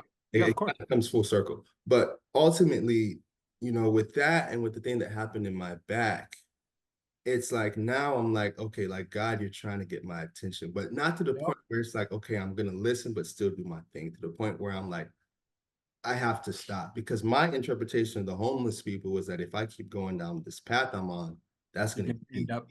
Right. that was my own interpretation. So I was like, something has to change. Yep. And when I went back home to Pennsylvania, to Pittsburgh, I throw away everything that's not of Christ, like all of like alcohol, other stuff. Like I throw it all away, throw it all away. Mm-hmm. And fast forward about 2 weeks later. So a little backstory on this one. When I lived in Pittsburgh, my experience was horrible. Like I was Horrible. targeted racially everywhere that I went. I go to Ugh. Walmart, people would follow me around. In my job a lot, like I came home late. So there would be cars that would like honk at me at intersections, yell like I hate um hard R, like and Yeah. Yeah. like just threaten me, throw things at my car. Like it was horrible. It was horrible. I was profiled everywhere I went. And it got to a point where there were a couple times where I genuinely like feared for my life. So I Wow. started to drive around with like a firearm in my car, especially when I would get off late, not to do anything crazy, No, but for protection. Yeah, to protect yourself. anybody's like, They got crazy in case they got crazy. yeah, exactly. And then, I think, like, honest to God, John, there would be times like later on when I had to go back and forth where I would go to certain restaurants 2 years later down the line and people would still know who I was. Like, oh, yeah, like, you're him. Like, because there was maybe like two Black people in the city I lived Oh, right. Okay. in, I see what you're right? saying. I lived in the deep sub, like Cranberry area. Anyways, so there's this particular night I went to the gym, worked out, watched my younger brother's basketball game, and my typical thing, I love salad. So I went to Applebee's to get a salad. This is 10:30 at night. Mm-hmm. And on my way home, there's a car with three white males that pulled up, and they pull up to my window and they start yelling all sorts of just craziness, right? All sorts of craziness. And I'm like, like, what is going on? Right. So, I raised my firearm to the window. Again, not to harm anybody, but like, hey, Hey, like chill like, out. air Yeah. out, yeah, Yep. like chill out, right? Yep. Chill out. So I end up going home. They go their separate way, whatever. And I'm at home eating a salad, just on the phone, telling one of my good friends kind of what that experience was. And this is now around like midnight, and I hear a huge, huge bang on my door, louder than I've ever heard. Police, open up. And They I'm like, call the what the cops. heck is Yeah. going on? Call the cops on you, bro. Dude, I open my eyes. There's like just blue and red lights all flashing throughout my apartment. So like I could see out my window, I could see the parking lot. So there's lights just flashing. I'm like, dude, what is this? So I go to open the door, and sure enough, there's cops. But the cops are there, and this is what I see to my They face. already pulled out the guns and everything. John, there's like probably 12 police officers lined up on the flight of stairs all around. And then there's probably another 20 cars wrapped around my apartment complex. That's Right. ridiculous. Yeah. So I open the door, I'm on the phone like this, like literally in my phone, I'm on FaceTime and I'm shaking. And I just like, because around this time, unfortunately, there was a lot of young Black men getting killed by police officers. Yeah. Oh, yeah. I was like, dude, am I gonna be another statistic? Like, can I at least call my mom? Like, yo, Right. like Right. craziness, right? So they end up ravaging, like searching everywhere in my house, my car, like searching everything, right? And I ended up getting arrested that night because of the incident that happened on the road. Right. And they took me in for questioning, which hindsight being 2020, I wish I never opened my mouth and said a word. Mm-hmm. But there's no coincidence, right? I never been in trouble before. So I was like, hey, I'm gonna tell you all the truth. This is what happened. And whatever, not knowing that I was incriminating myself with every word that I spoke. Oh, man. Um, so basically, they did that, arrested me. They brought me back home that night. And the beauty of it all though, and I can go into like how everything unfolded. Like I'm now as today as we speak, Mm-hmm. it's been dropped, like everything's expunged. If you look it up, it's like it never even Can't happened. find it. And, Yep. and, and that's God, right? Like it's a huge victory. But the beauty of it as I look back in that moment is the things that God did to get my attention Right. and all of the things that I threw away. If that didn't happen, I'd probably be like locked up. Like Right. You would have gone down a different road. it would have been completely different.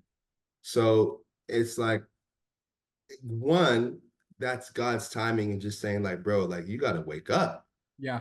I got rid of it. But two, like now, just the path that I've been on ever since then, and all of the things, even being in Dallas, that I've been able to like overcome, knowing that I'm like close with God and everything has been super phenomenal. So yeah, I think the biggest thing is just like one, our timing is nothing, and two, God is always there, no Yeah. matter how we are living in life, like whether we think we're perfect and doing everything to God, or whether we're messing up and having to pray for forgiveness every 10 minutes. God Mm-hmm. is right there with you and loves us the same, no matter what, Absolutely. and can show up and will show up the same way as needed. And I think that's just like he will never leave you or forsake you. So if you're going through something good, something bad, whatever you think it may be, God is right there with you. So it's like you ain't got nothing to worry about. Well, And bro, and that's why we need those experiences. exactly. And it goes back to what you were saying about like, man, I prayed for somebody that didn't get healing. Like, was it me? Was it something I Oh, did? yeah. Whatever. Like, but no, it's God working and God gets the glory. So on the flip side, like if we're praying for stuff and we feel like it's not working in our own lives, it ain't got nothing to do with us. Mm-mm. Nothing. Like God is gonna do his thing when he's ready to do his thing and get the glory that he deserves. Period. And a perfect example is that healing you got on the TV, bro. Like they weren't even praying for you. You know what I mean? And that's what I think so funny. Again, just my story, like with stuff, and I'm sure other people listening do the same thing. It's like when you're praying for something, right? And you're like, like call like earnest, like you were saying, you even made the face, like, come on, Lord, like you right? And like quoting scriptures and that's all good. But it's going a step beyond that and not getting upset or losing faith or giving up our faith when it doesn't happen by Tuesday, when it doesn't happen by the end of October, when it doesn't happen by the end of the year, right? And so that's what I'm saying, bro. Like learning is truly experiential. Because I tell people all the time, if I were to meet a Muslim, right? I used to have a singles group on Facebook, and I was letting people in there that weren't saved. And so it got pretty big, bro. There was like 1,500 people in it. And it was when I was up in Dallas. And so I would let like atheists in there. I would let other religions. And so people are like, why are you letting, this is a Christian group. I'm like, yes, this is a Christian group, but the church isn't supposed to be a country club. Like we're supposed to like spread the gospel. So like if they would start like say someone from another religion, if they would get on a post in one of the comments and they would start saying, Kenny, you're wrong, John, you're wrong, mine is, I'm like, no, no, no, no, you can't do that. I go, you're welcome in this group. You're welcome to tell me what you believe, but don't tell Kenny he's wrong. Don't tell me outright. In other words, just tell me what you believe, because I want to start that discussion, bro. I want to start that debate, because this is what I've realized, bro. And I'm glad that you're sharing the supernatural experiences, because that's what I mainly want to focus on with this podcast, is because that's the stuff that proves God's real. Because if I meet a Muslim, bro, and we just start speaking about the Quran, and let's say I don't know anything about the supernatural, I haven't experienced it, but I'm just, I'm a good guy, I'm a Christian, I'm reading the Bible, and so him and I are arguing. He's got the Quran, I've got the Bible. This is all we're gonna do, right? Or if I meet a Mormon, right, and we're just arguing our books, theology, theory, right, and whatever other religion, right? That's all we're doing. But when you bring the supernatural into it, and especially if you're talking to them, debating, and say the Lord shows you something about their life or something they've been, going through, struggling with, whatever, that, bro, they're like, how did you know that? It's like, it wasn't me, dude. It was God. Like he wants to show you that he's real. So that to me is like when they say the Bible's alive, right? Like, dude, it's the living word. It is. Because like all these other gods, bro, they're dead. Like they're not doing anything, right? And so it's like if we will tap into the spiritual, but that's what I think the irony, bro. And I know it's the enemy, right? Because it's like you're a believer, you're a Christian, you're supposed to be a believer, but then like I forgot, it's a high percentage, bro. How many people like supposedly Christians don't even believe in hell? So like I tease when I'm teaching sometimes, how are you gonna cast out a demon if you don't even believe in hell? Mm, Like, you know what I'm saying? So it's like we're supposed to live by the spirit. And even the world, bro, they make fun of people that believe in the spiritual realm. They believe, right? And I used to think, man, why is that? And then it hit me one day. I'm like, you know what? They don't want you to believe in the spiritual realm, because especially the ones that are tapping into it for evil, right? Like Satanists and all those guys. That's how they're getting their power. A lot of the elites, all that kind of stuff, right? The celebrities, that's how they're getting their power. So they don't want you getting power. So they're like, it's not real. Even more so going to the God level, because if you get into the spiritual realm and you tap into God, now your power is greater than their power. You hmm know what I'm saying? And it's like, and they know all that, bro. So they're just like, oh yeah, no, that you're weird if you start talking about that. You're this, you're that. And so to me, that's why I want to start talking about this stuff like normal, right? There was this one lady years ago from the singles group. She gave a story where she was walking down. She was young, bro. I think like 5 or 6. And it's amazing how many people have had supernatural stories, but they kind of like pushed them down because of their parents. So like this girl, right? She's young. She's walking down the street holding her mom's hand, right? They're walking down the street. She said they're coming to an intersection, and they're maybe, I don't know how many feet away, but they're a distance. They haven't got there yet. In hmm her mind, the little girl sees 2 cars crash, right? And the accident, and there are people screaming. So as she's walking, she sees that, pulls her hands away, covers her eyes, and starts crying. And the mom's like, honey, what's wrong? She's like, the car accident. And she goes, what car? Then the cars crash. And the mom looks at the car accident, looks at her, and goes, don't you ever tell anybody about that, bro. I can't tell you how many people have shared a similar story like that, where they experienced something in the supernatural. They told mom and dad was like, you don't ever talk about that. So these Oh, spiritual gifts are in us, bro. God is talking to us, But immediately, because people are afraid, freaked out, right? They don't understand it. They're like, that's weird. They're going to think you're weird. And especially back in the day, bro, they probably throw you in the loony bin, right? Like the psych ward. And it's like, you are not going to. So then what happens is they suppress it. Yeah. Perfect example, dude. So went to church yesterday. Um, I moved away. I think I told you where I'm at. No one knows where I'm at right now. Yeah. But basically moved out of Dallas about 3, 4 months ago, to just kind of do like I just felt the Lord say, like, give up everything, get rid of everything, go on a 12-month sabbatical, write your book, and start doing this stuff, like what I'm doing with you in the YouTube channel, right? And so already, dude, like some opportunities are opening up down here. The church that I started going that I felt I was supposed to go to, um, got connected with one of the pastors through a men's group, like the first time, and he's intrigued about healing. And so now he's like, hey, bro, I want to talk to you more about like healing and stuff. And so, anyways, I just said, hey, well, I want to start volunteering for your healing ministry. He's like, we don't really have one. And just kind of off the cuff, bro, I just said, oh, well, maybe we'll start one. He goes, yeah, I want to talk to you about that. So there's an opportunity, right? But for me, it's like there's so much that happens with people, bro, in the supernatural, and their parents shut it down because it's weird. They don't understand it. They don't know about it, right? So get this. So I think I've been to this church 3 times now. This past Sunday, yesterday was my third time. Well, after class, after church, this time they had like a beginner's class, like if you wanted to become a member, know more about the church. So, anyways, I go in there, randomly sitting at a table. Again, no coincidence, right? And so, I don't know, the class was maybe like an hour and a half. So this one girl comes in late. There's a seat right next to me. So she's like, hey, is anyone sitting here? I'm like, no. So she comes and sits in. And at the end, they have you fill out your name, address, all that kind of stuff. And then what you would like to help with, volunteer with. Well, I'm already kind of connected with the executive pastor, but I still wrote on there, my name, email, and I just put healing ministry.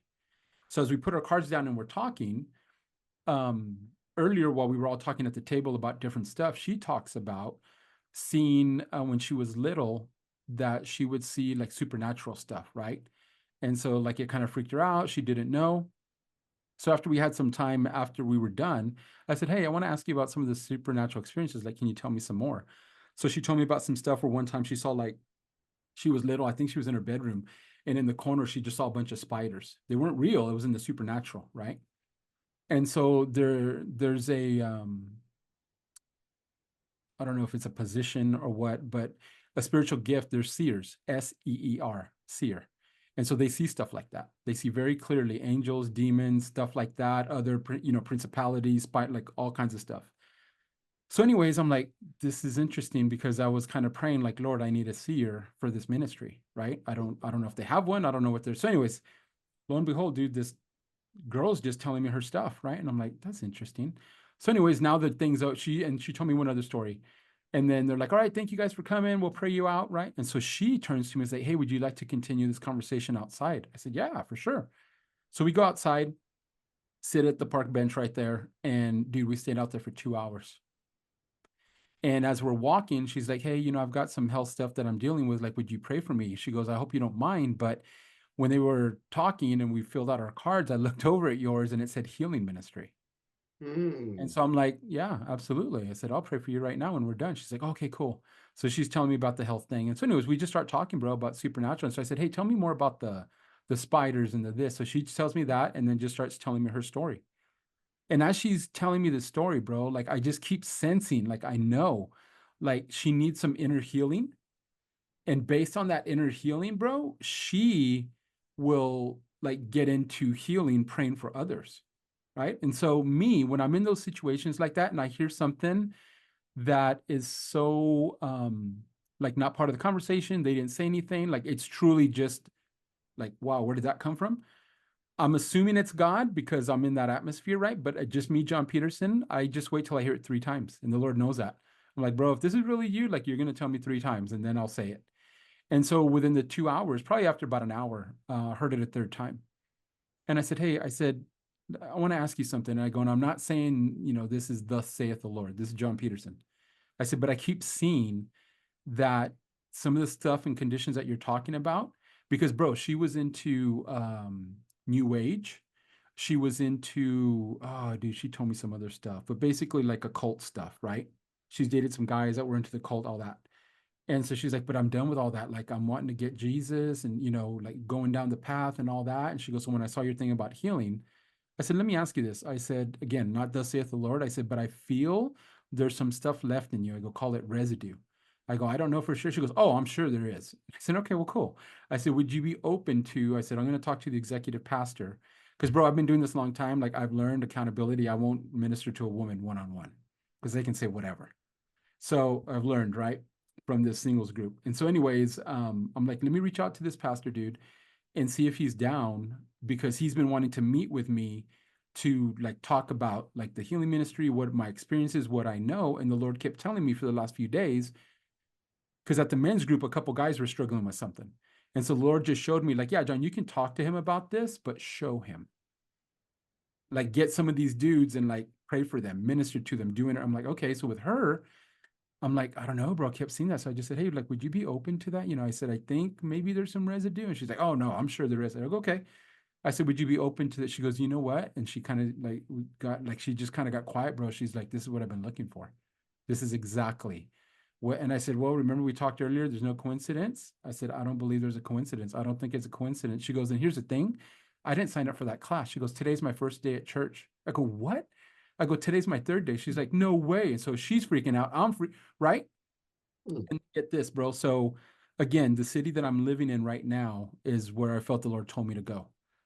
So, dude, like, I can't even explain to you, dude, like back up in Dallas, the churches I was a part of, like, I don't know, bro, it just never really clicked. Never really, the opportunities weren't there for me to do my thing, like to teach and to do like a bunch of healing stuff, right? It was almost like the boys club, right? And I wasn't part of the boys club. And so like these opportunities, and I used to be like, Lord, like kind of like you, Lord, why? What's going on? I know this is my gift. I know I'm supposed to do this, right? So when he tells me to leave Dallas and go on this 12-month sabbatical, it's just been a trip, bro. So then, okay, so that happens. So I've been down here a couple months. That happens. I meet her yesterday. We had that amazing conversation for 2 hours. We get done. I pray for her, and when we get done praying, like there's tears in her eyes, right? So God's touching her, and so give her a big hug. We go our separate ways. So get this. I uh, I won't say the name of the brokerage, but there was a brokerage that reached out to me, I guess a couple years back, about 2 years back, that wanted me to be their sales director. I'd be in charge of like, I don't know, 30, 40 agents. And so like excellent paycheck, bro. Like six figures easy. Like with my salary and bonuses, probably closer to 200 grand, right? So that happens yesterday, right? And I know this is where I'm supposed to be, bro. Like it's crazy the opportunities that are happening. One, connecting with that executive pastor at the men's group, right? So that was just within the last 3 weeks. I went to the men's group out of all their community groups. I picked that one, really connected with the guys, bro. They were accepting. Like I'm like, and I even told them, like, bro, like this feels like home, right? That's when I know when it feels like home. Fast forward to today, bro. I get up and I think it was at 9:37 this morning. I get a text message from a recruiter that was trying to recruit me for that other brokerage, same brokerage. Hey man, I don't know if you remember me. Um, I'm using my phone as a camera. I was gonna read it. Anyways, he was like, man, I don't know if you remember me. And he mentioned the brokerage. He said, the main guy's gone now. He goes, and I'm working on some other stuff. Give me a call. So I'm like, that's kind of weird. So I call him, right? And I said, hey man, what's up? He's like, hey, do you remember? I said, yeah, I do remember you. He's like, hey, I don't know what happened last time. So I told him what happened last time. And he's like, well, dude, like they're looking for a sales director, bro. And like they saw your resume again, and like it's totally something different. The other guy that was doing all the hiring was weird. I go, yeah, he was. And so, anyways, like I'm sitting there going, like, thank you, G. Like, this is amazing, right? And as I'm thanking him, bro, I have the thought that, because I would have to relocate back to Dallas because they want to open like 6 more locations in DFW. So I'm like, wait a minute. Here I am, feel I'm supposed to be where I'm at right now in this city. Doors are opening. I mean, bro, just in the first 2, 3 weeks, more is like all opportunities and connecting with like leadership of the church that want me there, that are intrigued. You know what I'm saying? Like instead of just being a volunteer for the healing ministry, bro, there may be the opportunity for me to actually start and run the whole healing ministry. Mm. And then so then that happened like 2 weeks ago at the men's Bible study.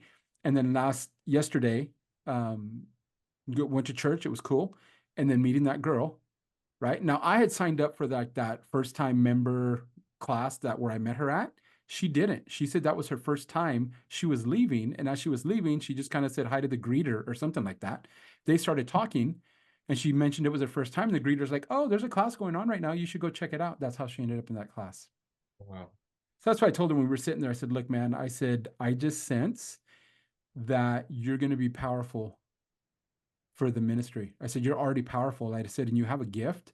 I said, "All these things that were happening to you as a kid that you didn't understand and your parents didn't understand, you have a gift." I said, "The devil is just trying to use it for his," because she was doing like tarot cards and all kinds of stuff. I go, "The devil was using it for his team."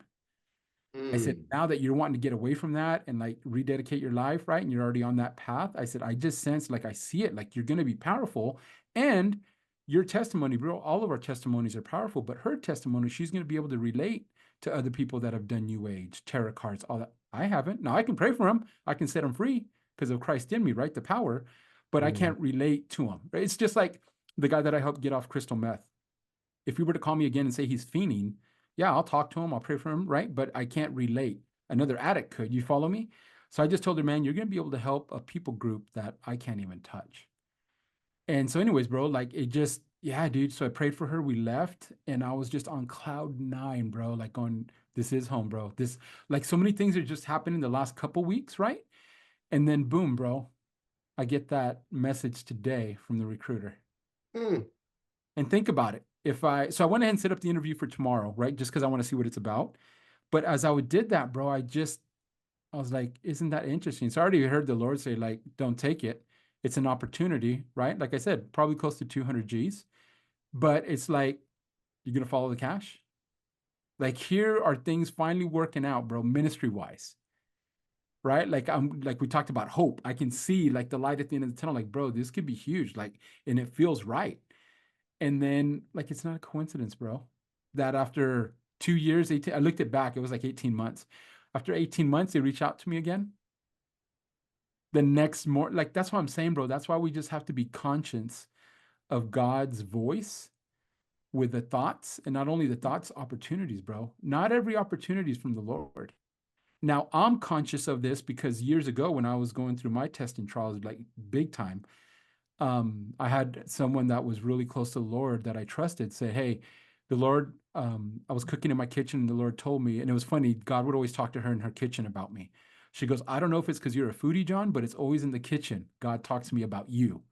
So, Hmm. anyway, she just sent me a simple text that said, "Hey, you're going to have some amazing opportunities come your way. And God is saying that you have to stay really close to Him because if you're not close to Him, you're not going to hear His voice. And what seems like it's from God, it's not." Wow. And so I've already had a couple times like that, bro. Like other major job offers where I'm just like, dude, heck yeah, bro, right?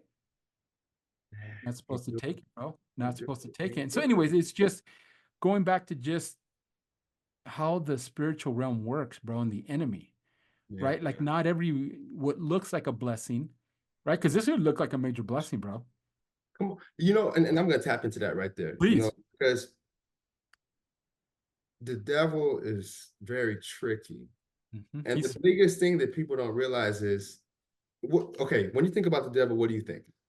Bad, awful, mean, nasty, ugly, whatever negative connotation comes to mind. right. So, how is he going to get you if he shows up as that? You'll Because know. expecting that, yeah, because you're And you're gonna be expecting, like, yo, watch out. At least hopefully, you'll be like, yo, right, watch out, look away. right, So it doesn't show up that way. He correct. shows up, it's like, ooh, like this looks good. Or hey man, hey, that shorty over there, man. Hey, she kind of Exactly. banging or like, whatever it may be. And then it's like, And like, let me just go back to the shorty because I've had this happen to me a lot.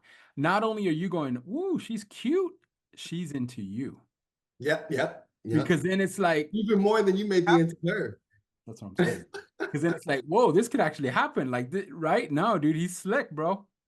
He's slick. Sorry, I So just had to throw like, that in there with the shorty because it's like it's one thing if you think they're cute, but doesn't mean you're gonna be able to go out. But when they're like game and like, hey, what's up? Oh, then that's a yeah, when they on ah. you, or like, in this case, dang, that's a good looking job, but the job is calling you. You ain't even have to call. Like, See, man, that's what I'm talking about, bro. It came to me. mm-hmm, It came mm-hmm. to And me, and that's when I'm like, I don't know, bro. So now just because of spiritual things like that, like I'm on guard, going back to that You mental have balance, to. You going have back to to that because mental balancing. because we're in constant warfare, whether we like it or not. We are in constant warfare in the spiritual realm, and you have to stay prayed up. Yeah, You gotta have, discernment, and you have to like, hey, like, yo, God, is this what it is? Like, is this what it's not? Like, you always have to have those checks and balances because if we don't, the things that entice us and pull us, and we think it's an answered prayer, and really it's a trap. dude, So exactly. And that's why all of us, not just me, my friend gave me that word, but that applies to all of us, bro. We have to stay close to God. So that. when an opportunity comes, dude, it's not always the Lord. Because Mhm. here's the fact, where I'm at right now, right? Like I said, I'm out of DFW. I would have to leave here to move back to DFW for this Right, job. right, right. So then it goes back to that verse, bro. It's like you can't love God and money. And I didn't understand that verse for the longest time, but when I studied the word, I found out that there is actually money. There is a God of money. I think it's Mm, called like Mama or something like that. So basically, God's saying, are you going to love me, which is a God, the God, or are you mhm, going to love God, Mama? You know what I'm saying? Like, who are you going mhm, to trust? mhm, Who's going to mhm. provide for you? And I'm like, bro, that hit me like a ton of bricks going, okay, now that makes sense. Yeah. That And makes perfect sense, bro. It's like, because yeah, I mean, 200 G's, bro, that got me thinking, right? But at the same time, after I was just sitting here this morning, just kind of thinking about it, and I'm working on a worship playlist for this healing room, right? Because like I said, we met Thursday night and he's like, I made the comment about, hey, maybe we'll start a healing room too. And he's like, yeah, bro. And the next day, bro, the Lord woke me up and like I already have like an outline of what the training is gonna be for the healing room, what it's gonna look like, what the announcement I'll say from stage to get like it's crazy.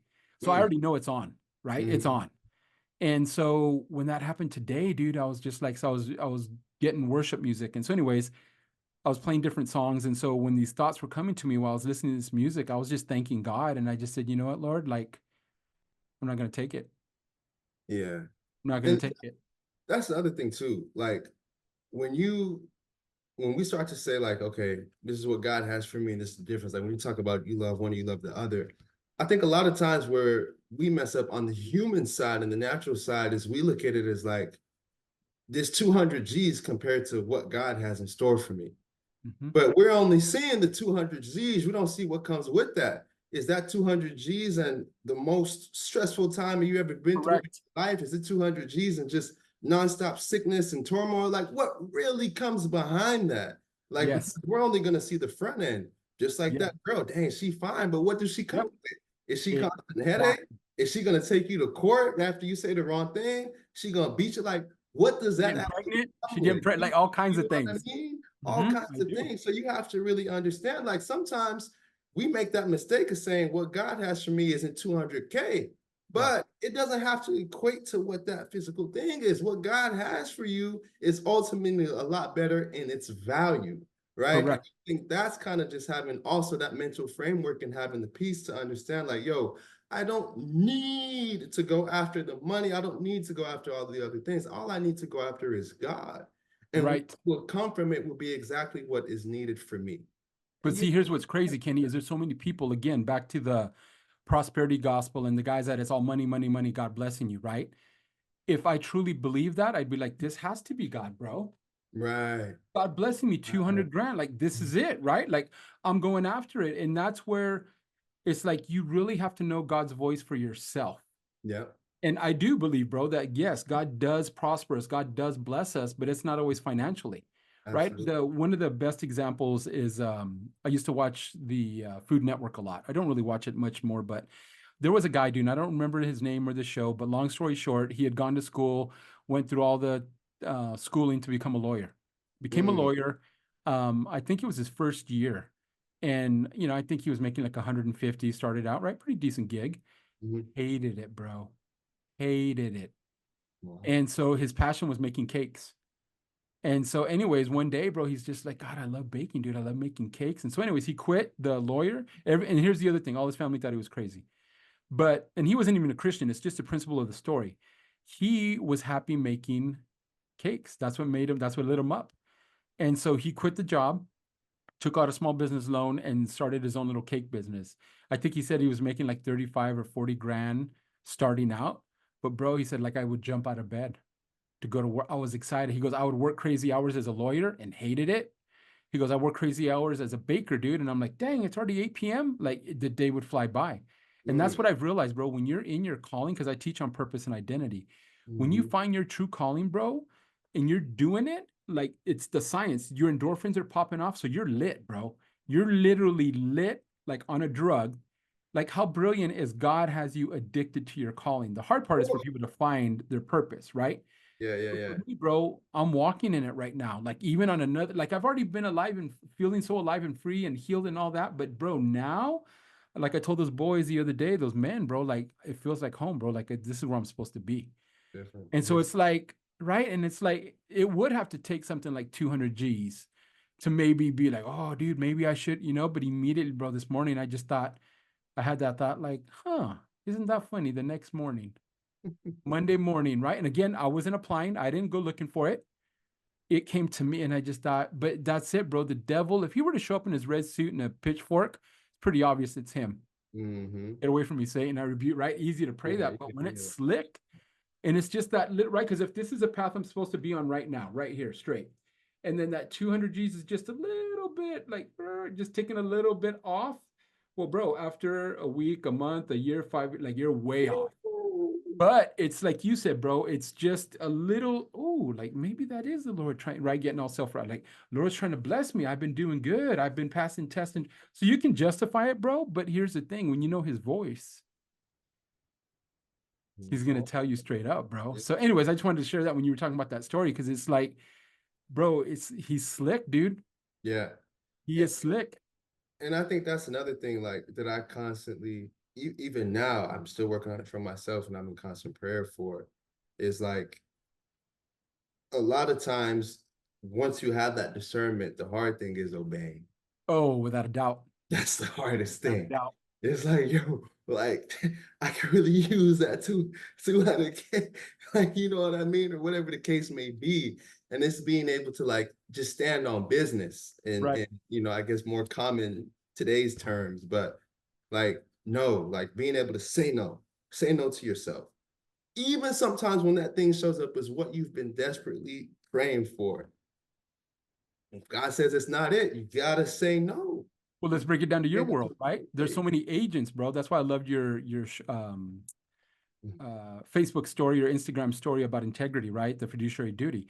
Think of how many agents, bro, right? And let's just say a $15,000 paycheck, right? To close that deal will not tell the truth, wiggle, like just do some stuff they shouldn't do, just Mhm. to not in the best interest of their client, but in their best interest so they get paid.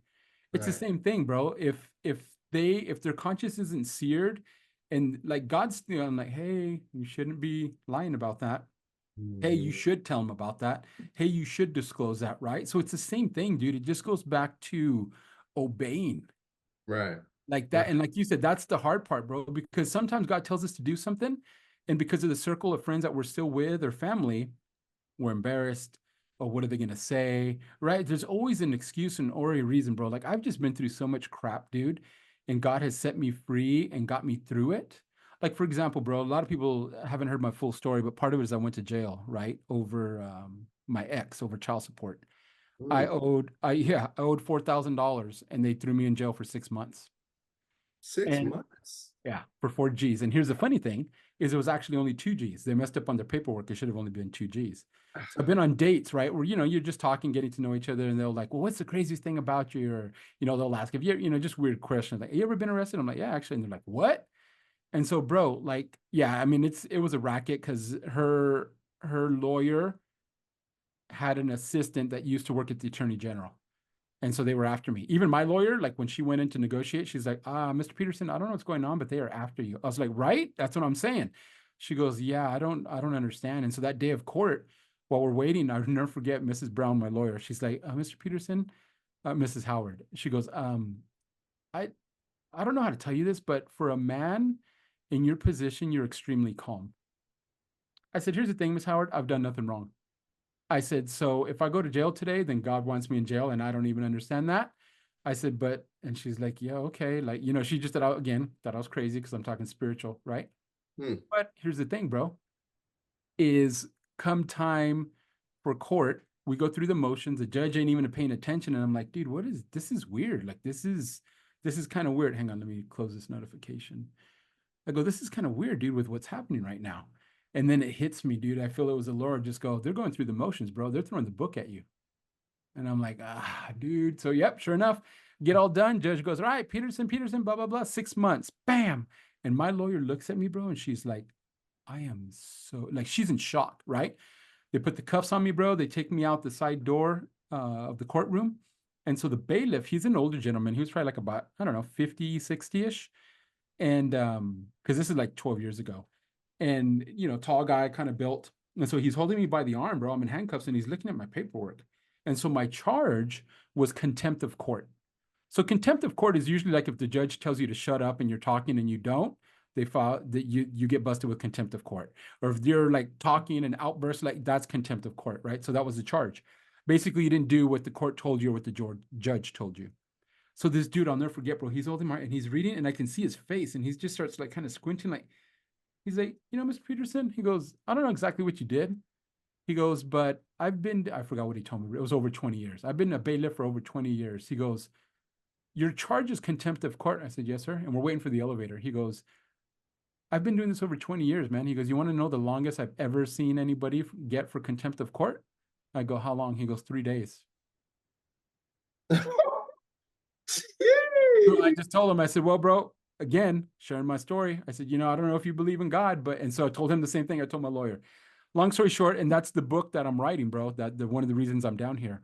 So when I get to jail, the judge gave me 6 months. And so I just start having the most crazy supernatural encounters, bro. Like, how when you have a thought and you're like, was that God? Was it not in there, bro? I knew it. Like, it was weird, bro. I was at another level. It's like everything he told, okay, boom, praying for this. Do you pray, right? Seeing healings, whatever, dude. I became like, hate to say like Jesus, bro, but it was, I got to know what it was like to be Jesus. I even had dudes following me around that got saved. I had like 3 or 4 dudes following me. It was weird, bro. It was weird. So, anyways, I started journaling. So I have ended up doing 3 weeks. After 3 weeks, they gave me a new trial with a new judge. So I guess she wasn't hooked up to my ex's lawyer. So she gave me like the real deal and was like, you're in jail for 2 grand. Like, get out. Like, you know what I mean? Let me out. Anyways, like, yeah, bro, but that experience, like, dude, at first I was so pissed, dude, when I first went to jail. I remember getting in there and I'm laying down in a cell, right, with like, I don't know, 6 other dudes the first time. And I'm laying there, dude, just looking at the ceiling, and I'm so furious, bro. I'm pissed at my ex. I'm pissed at the attorney general, all of them, dude. And like, dude, just all of that. I could feel it coming up, right? And then I just catch myself and I'm like, you know what? I've already forgiven her, dude. I don't want to go back there. Because all that bitterness and anger, bro, I had given to God and I felt it coming back, like literally into me. And I just caught it and I'm like, nah, the mental bouncer, bro. I'm like, no, no, no, no, no. You're not coming in, bro. Right. So then I start praying to God. And the ceiling was like kind of short in there, bro, maybe like 8 foot tall. So like the ceiling was just like right there. And for the first time in my life, Kenny, I'm praying to God, right? And I'm praying like, Lord, no, I rebuke that. And Lord, help me. And dude, for the first time in my life, as I'm praying to him, I literally felt like the words were going and hitting the ceiling and bouncing back, like they weren't going through. And I'm like, bro, yeah, dude. And I'm like, what is going on? I have my eyes closed and I'm like, no. So then I get like a little pissed off. And I was like, I rebuke you, Satan, blah, blah, blah. And dude, I hear a laugh like that. Ha! He can't hear you. It's too evil in here. Bro, that took me to another level spiritually. I was like, oh, really? And I just started praying in tongues, bro. Started praying in tongues, dude, like under my breath. Started praying under my tongues. And I was like, Satan, you're a liar. Greater is he that is in, like all those verses, bro. Like I just started pumping myself up, bro. Greater is he that's in me than he that's in the world. And yada, yada, just boom, boom, boom, boom. And then after a few minutes, dude, literally, like I sensed like if it was glass, like it broke, and then everything went up fast to God. And then I felt connected to him, bro. And I was like, oh, Lord, that was weird. Like right. But then I was connected to him again. And so, anyways, bro, like I started having the most incredible experiences in there, bro, praying for guys. Yeah, dude, just here's just one testimony of what happened in there. So I prayed for a guy one night. His prayer request, and he was a young guy, bro. He was probably like 20-ish. He was in there because he had caught his girlfriend cheating.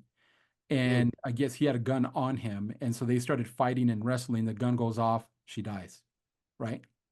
It's crazy, bro. Being in there, like, no lie, probably 85 to 90% of the dudes are in there because of a chick. Like, it's weird. Like, hearing their straight up, dude, straight up. And so the crazy oh, stories, no. it was nuts. Because I kind of became the laughing stock when because everyone, when you get there, like, I'd never been to jail before, but everyone was like, so what are you in for? Like, they straight up ask you. Yeah, And like, so I was just, yeah, exactly, right. And so I was like, child support. And they're like, what? How much? I'm like, 2 G's. Bro, they would start laughing. They're like, 2 G's? They're like, brother, you know how much I owe? I was like, what? They're like 85 grand. And I'm like, and they're like, and that's not why I'm here. I'm here on assault charges for something else. Bro, when I got out, I would go on dates and women would find out, asking about, like I said earlier, the jail. And they'd be like, when you're done with your story, I have a story. I'm like, okay. So I would get done with my story. And they're like, my ex owes me 60 grand on back child support. And he's still walking around. They know where he's at, like all that, right? So again, bro, I knew if I went to jail, it was for a reason. what So reason? anyways, this one guy, dude, yeah, dude, it was just crazy in there. So I documented, like, was journaling everything down, and that's what my book's gonna be about, because just the power of God, dude. And so, like, for example, this one guy, um, but let me go back to the first guy. So the healing, right? So I was like, hey, bro, what do you need healing for? And so it's the young kid, shot his girlfriend. He's in there for I don't know how many years. And he goes, but I want prayer because all I think about is them having sex. He's like, I see it in my mind and it torments me or whatever. Bro, I'd never prayed for anything like that before. Mm, But I know what I taught you guys, right? That we can control our thoughts, great, right, and right, all right, that kind of stuff, right? So just a simple prayer, bro, that God would remove and erase that thought, whatever, whatever. So pray for a few guys. And so the next day, I felt the Lord say, ask for testimonies. So then we had our little Bible study that night. I asked for testimonies. That dude stands up and he goes, I don't know what you did, bro, or what happened. He said, but last night is the first night that I slept in peace. He goes, I can't even think of that memory. Even when I've tried thinking about it, he goes, I can't think of that memory. Bro, I was like, what? Like, like stuff like that was going on in there. So, anyways, it was just it was intense, bro, being in there. And here's the other thing. I wasn't afraid, bro. I wasn't bottom line, bro, is like God was with me. right. In fact, the title of the book, I haven't looked at it in a while, but it was on the first one or two pages when I started journaling, because God gave me, like, you're gonna write a book about this. This is the title. And the title, something to the effect of Jesus went to jail with me, or something like that. Went Mm, to jail with me. And it was like, bro, because I had no fear. Even when I first got there, when I first walked in, there was this big black guy, bro. He's probably about 6 foot, built big. Like, when I just looked at him, I knew he's the guy that runs this wing. Like, he's the man.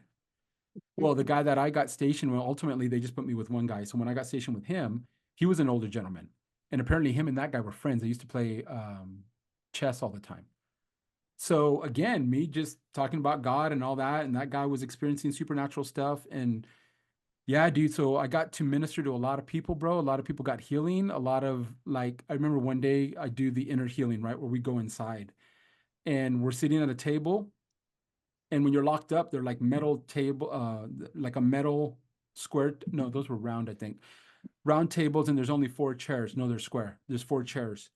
And so, anyways, we're there, and the table next to us, bro, is talking about what they're going to do to women, different positions when they get out. They can't wait, right? Talking about sexual positions. This other group table next to us is talking, and they're close, bro. They're talking about freebasing, cocaine, and all kinds of drugs they're going to do when they get out. And I hear the Lord in the middle of all this, right?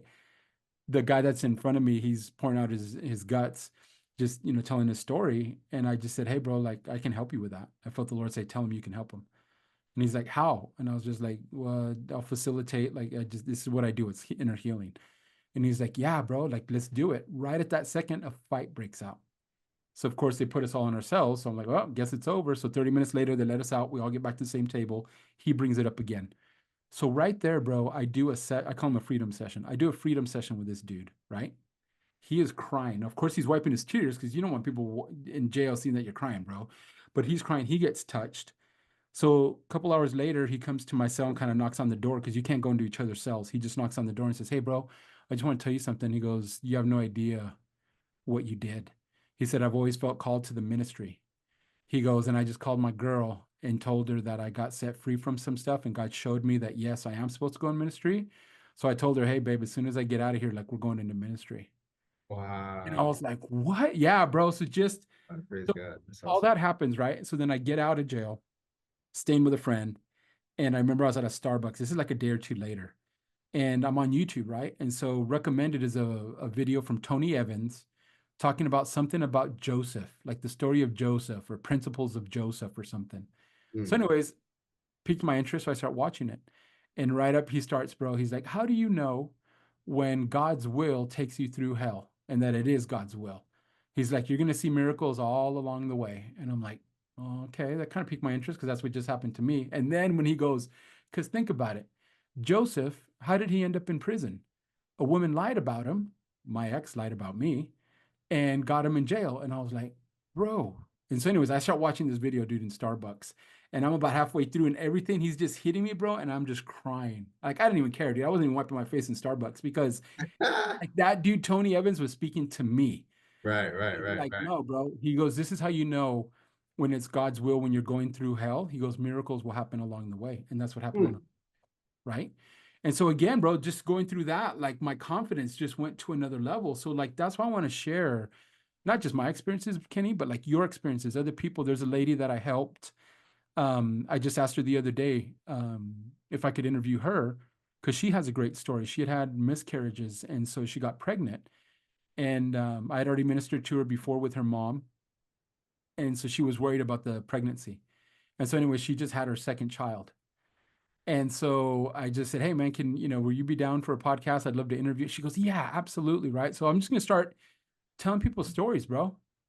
I Doesn't love have it. to be perfect, doesn't have to be whatever. Like it's real, bro. It's people's stories. And at the end of the day, it's to talk about the supernatural, to talk about things that defy logic, but yet are, and it doesn't matter if anyone else believes our story, bro. It's what happened to us, so it's our reality.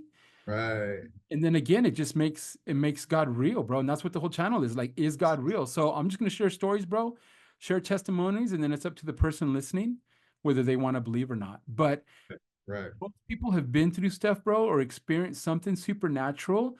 But again, usually a parent was like, "You don't ever talk about that. Like, that's crazy. That's weird." You know what I'm saying?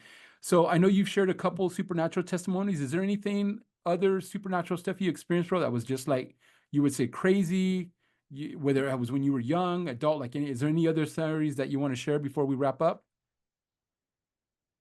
Let me think about that one. Yeah. So, I mean, in my adult life, the two biggest ones, at least thus far, God is always doing his thing, but probably the homeless guys and that warmth that I felt when I was in Pennsylvania.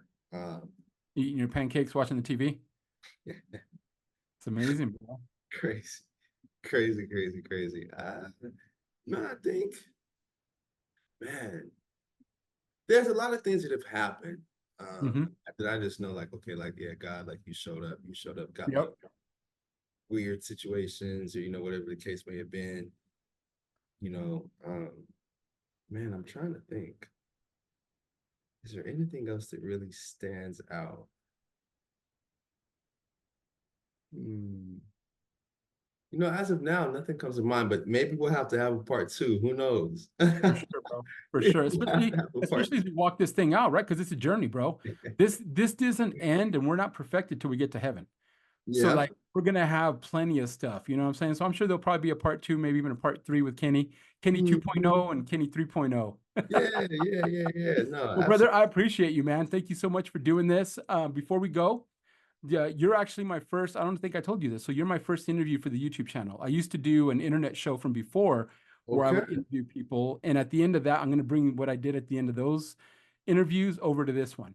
Nice. So the what we're going to end with is if you could write a book about your life, everything you've learned, the good, bad, and the ugly, what would the title of your book be? God is always there. I love that. And with that, we'll end it. God is always there. So in the future, be checking out Amazon.com, Barnes and Nobles for Kenny's book. It'll be Yeah, yeah, spring of tap in. 2026. That's right. Well, I appreciate it, brother. Like I said, man, this is gonna be good, bro. It's gonna help people. I'm all about encouraging and equipping people, but especially the believers, bro. Because like I said, they're the ones that are struggling because of the spiritual warfare that a lot of people don't want to talk about. So, brother, Yeah, I appreciate your time, and like I said, I definitely know we'll be doing another interview soon. I'd love to, man. Thanks for having me as your first guest. I feel so Absolutely, honored, brother. man. This has been great. And Absolutely. I know God is going to use it to touch a lot of lives. So I'm excited for this to upload and definitely excited for the next one. I know it'll be juicy. Awesome. Thank you, brother. Have a great day. You Talk to you too, soon. bro. Stay blessed.